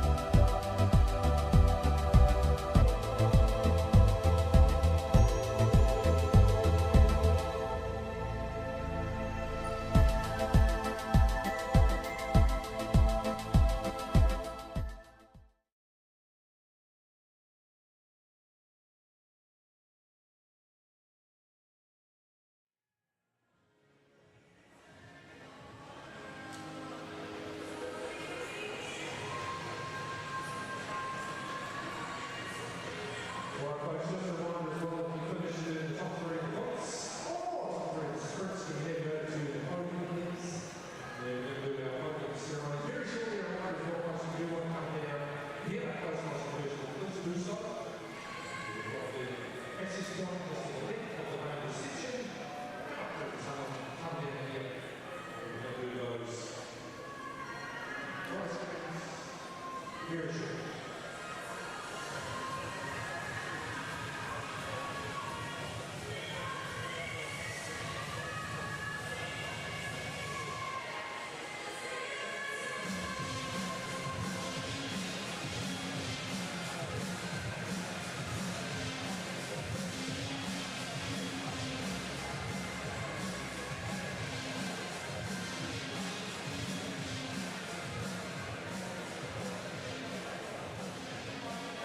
All right, ladies and gentlemen, it's time now for our final set of prize giving.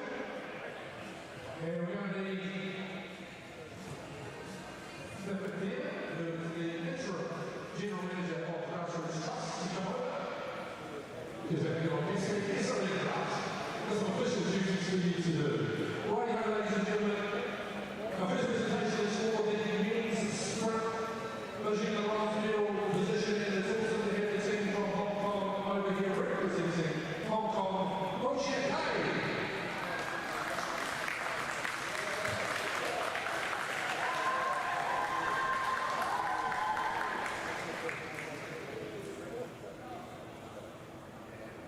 In second place, again great to have the international component here from Korea, Choi.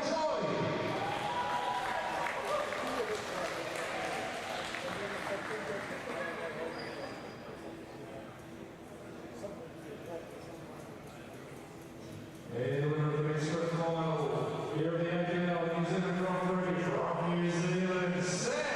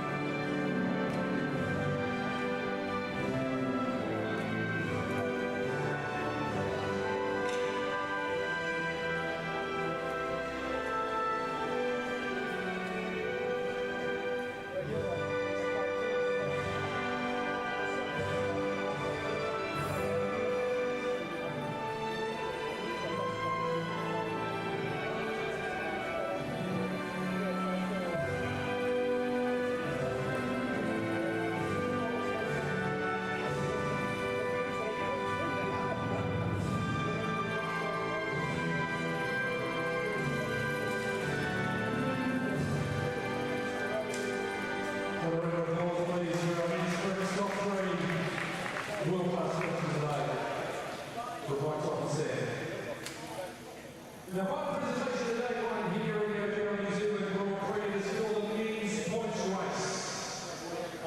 In third, going to victory in the scratch race earlier from New Zealand, George Jackson.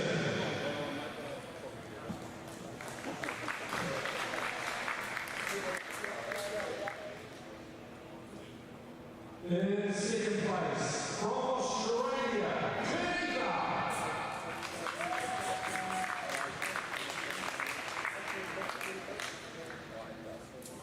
The winner of the men's points race here at the A-final New Zealand Grand Prix from New Zealand, Tom Sexton.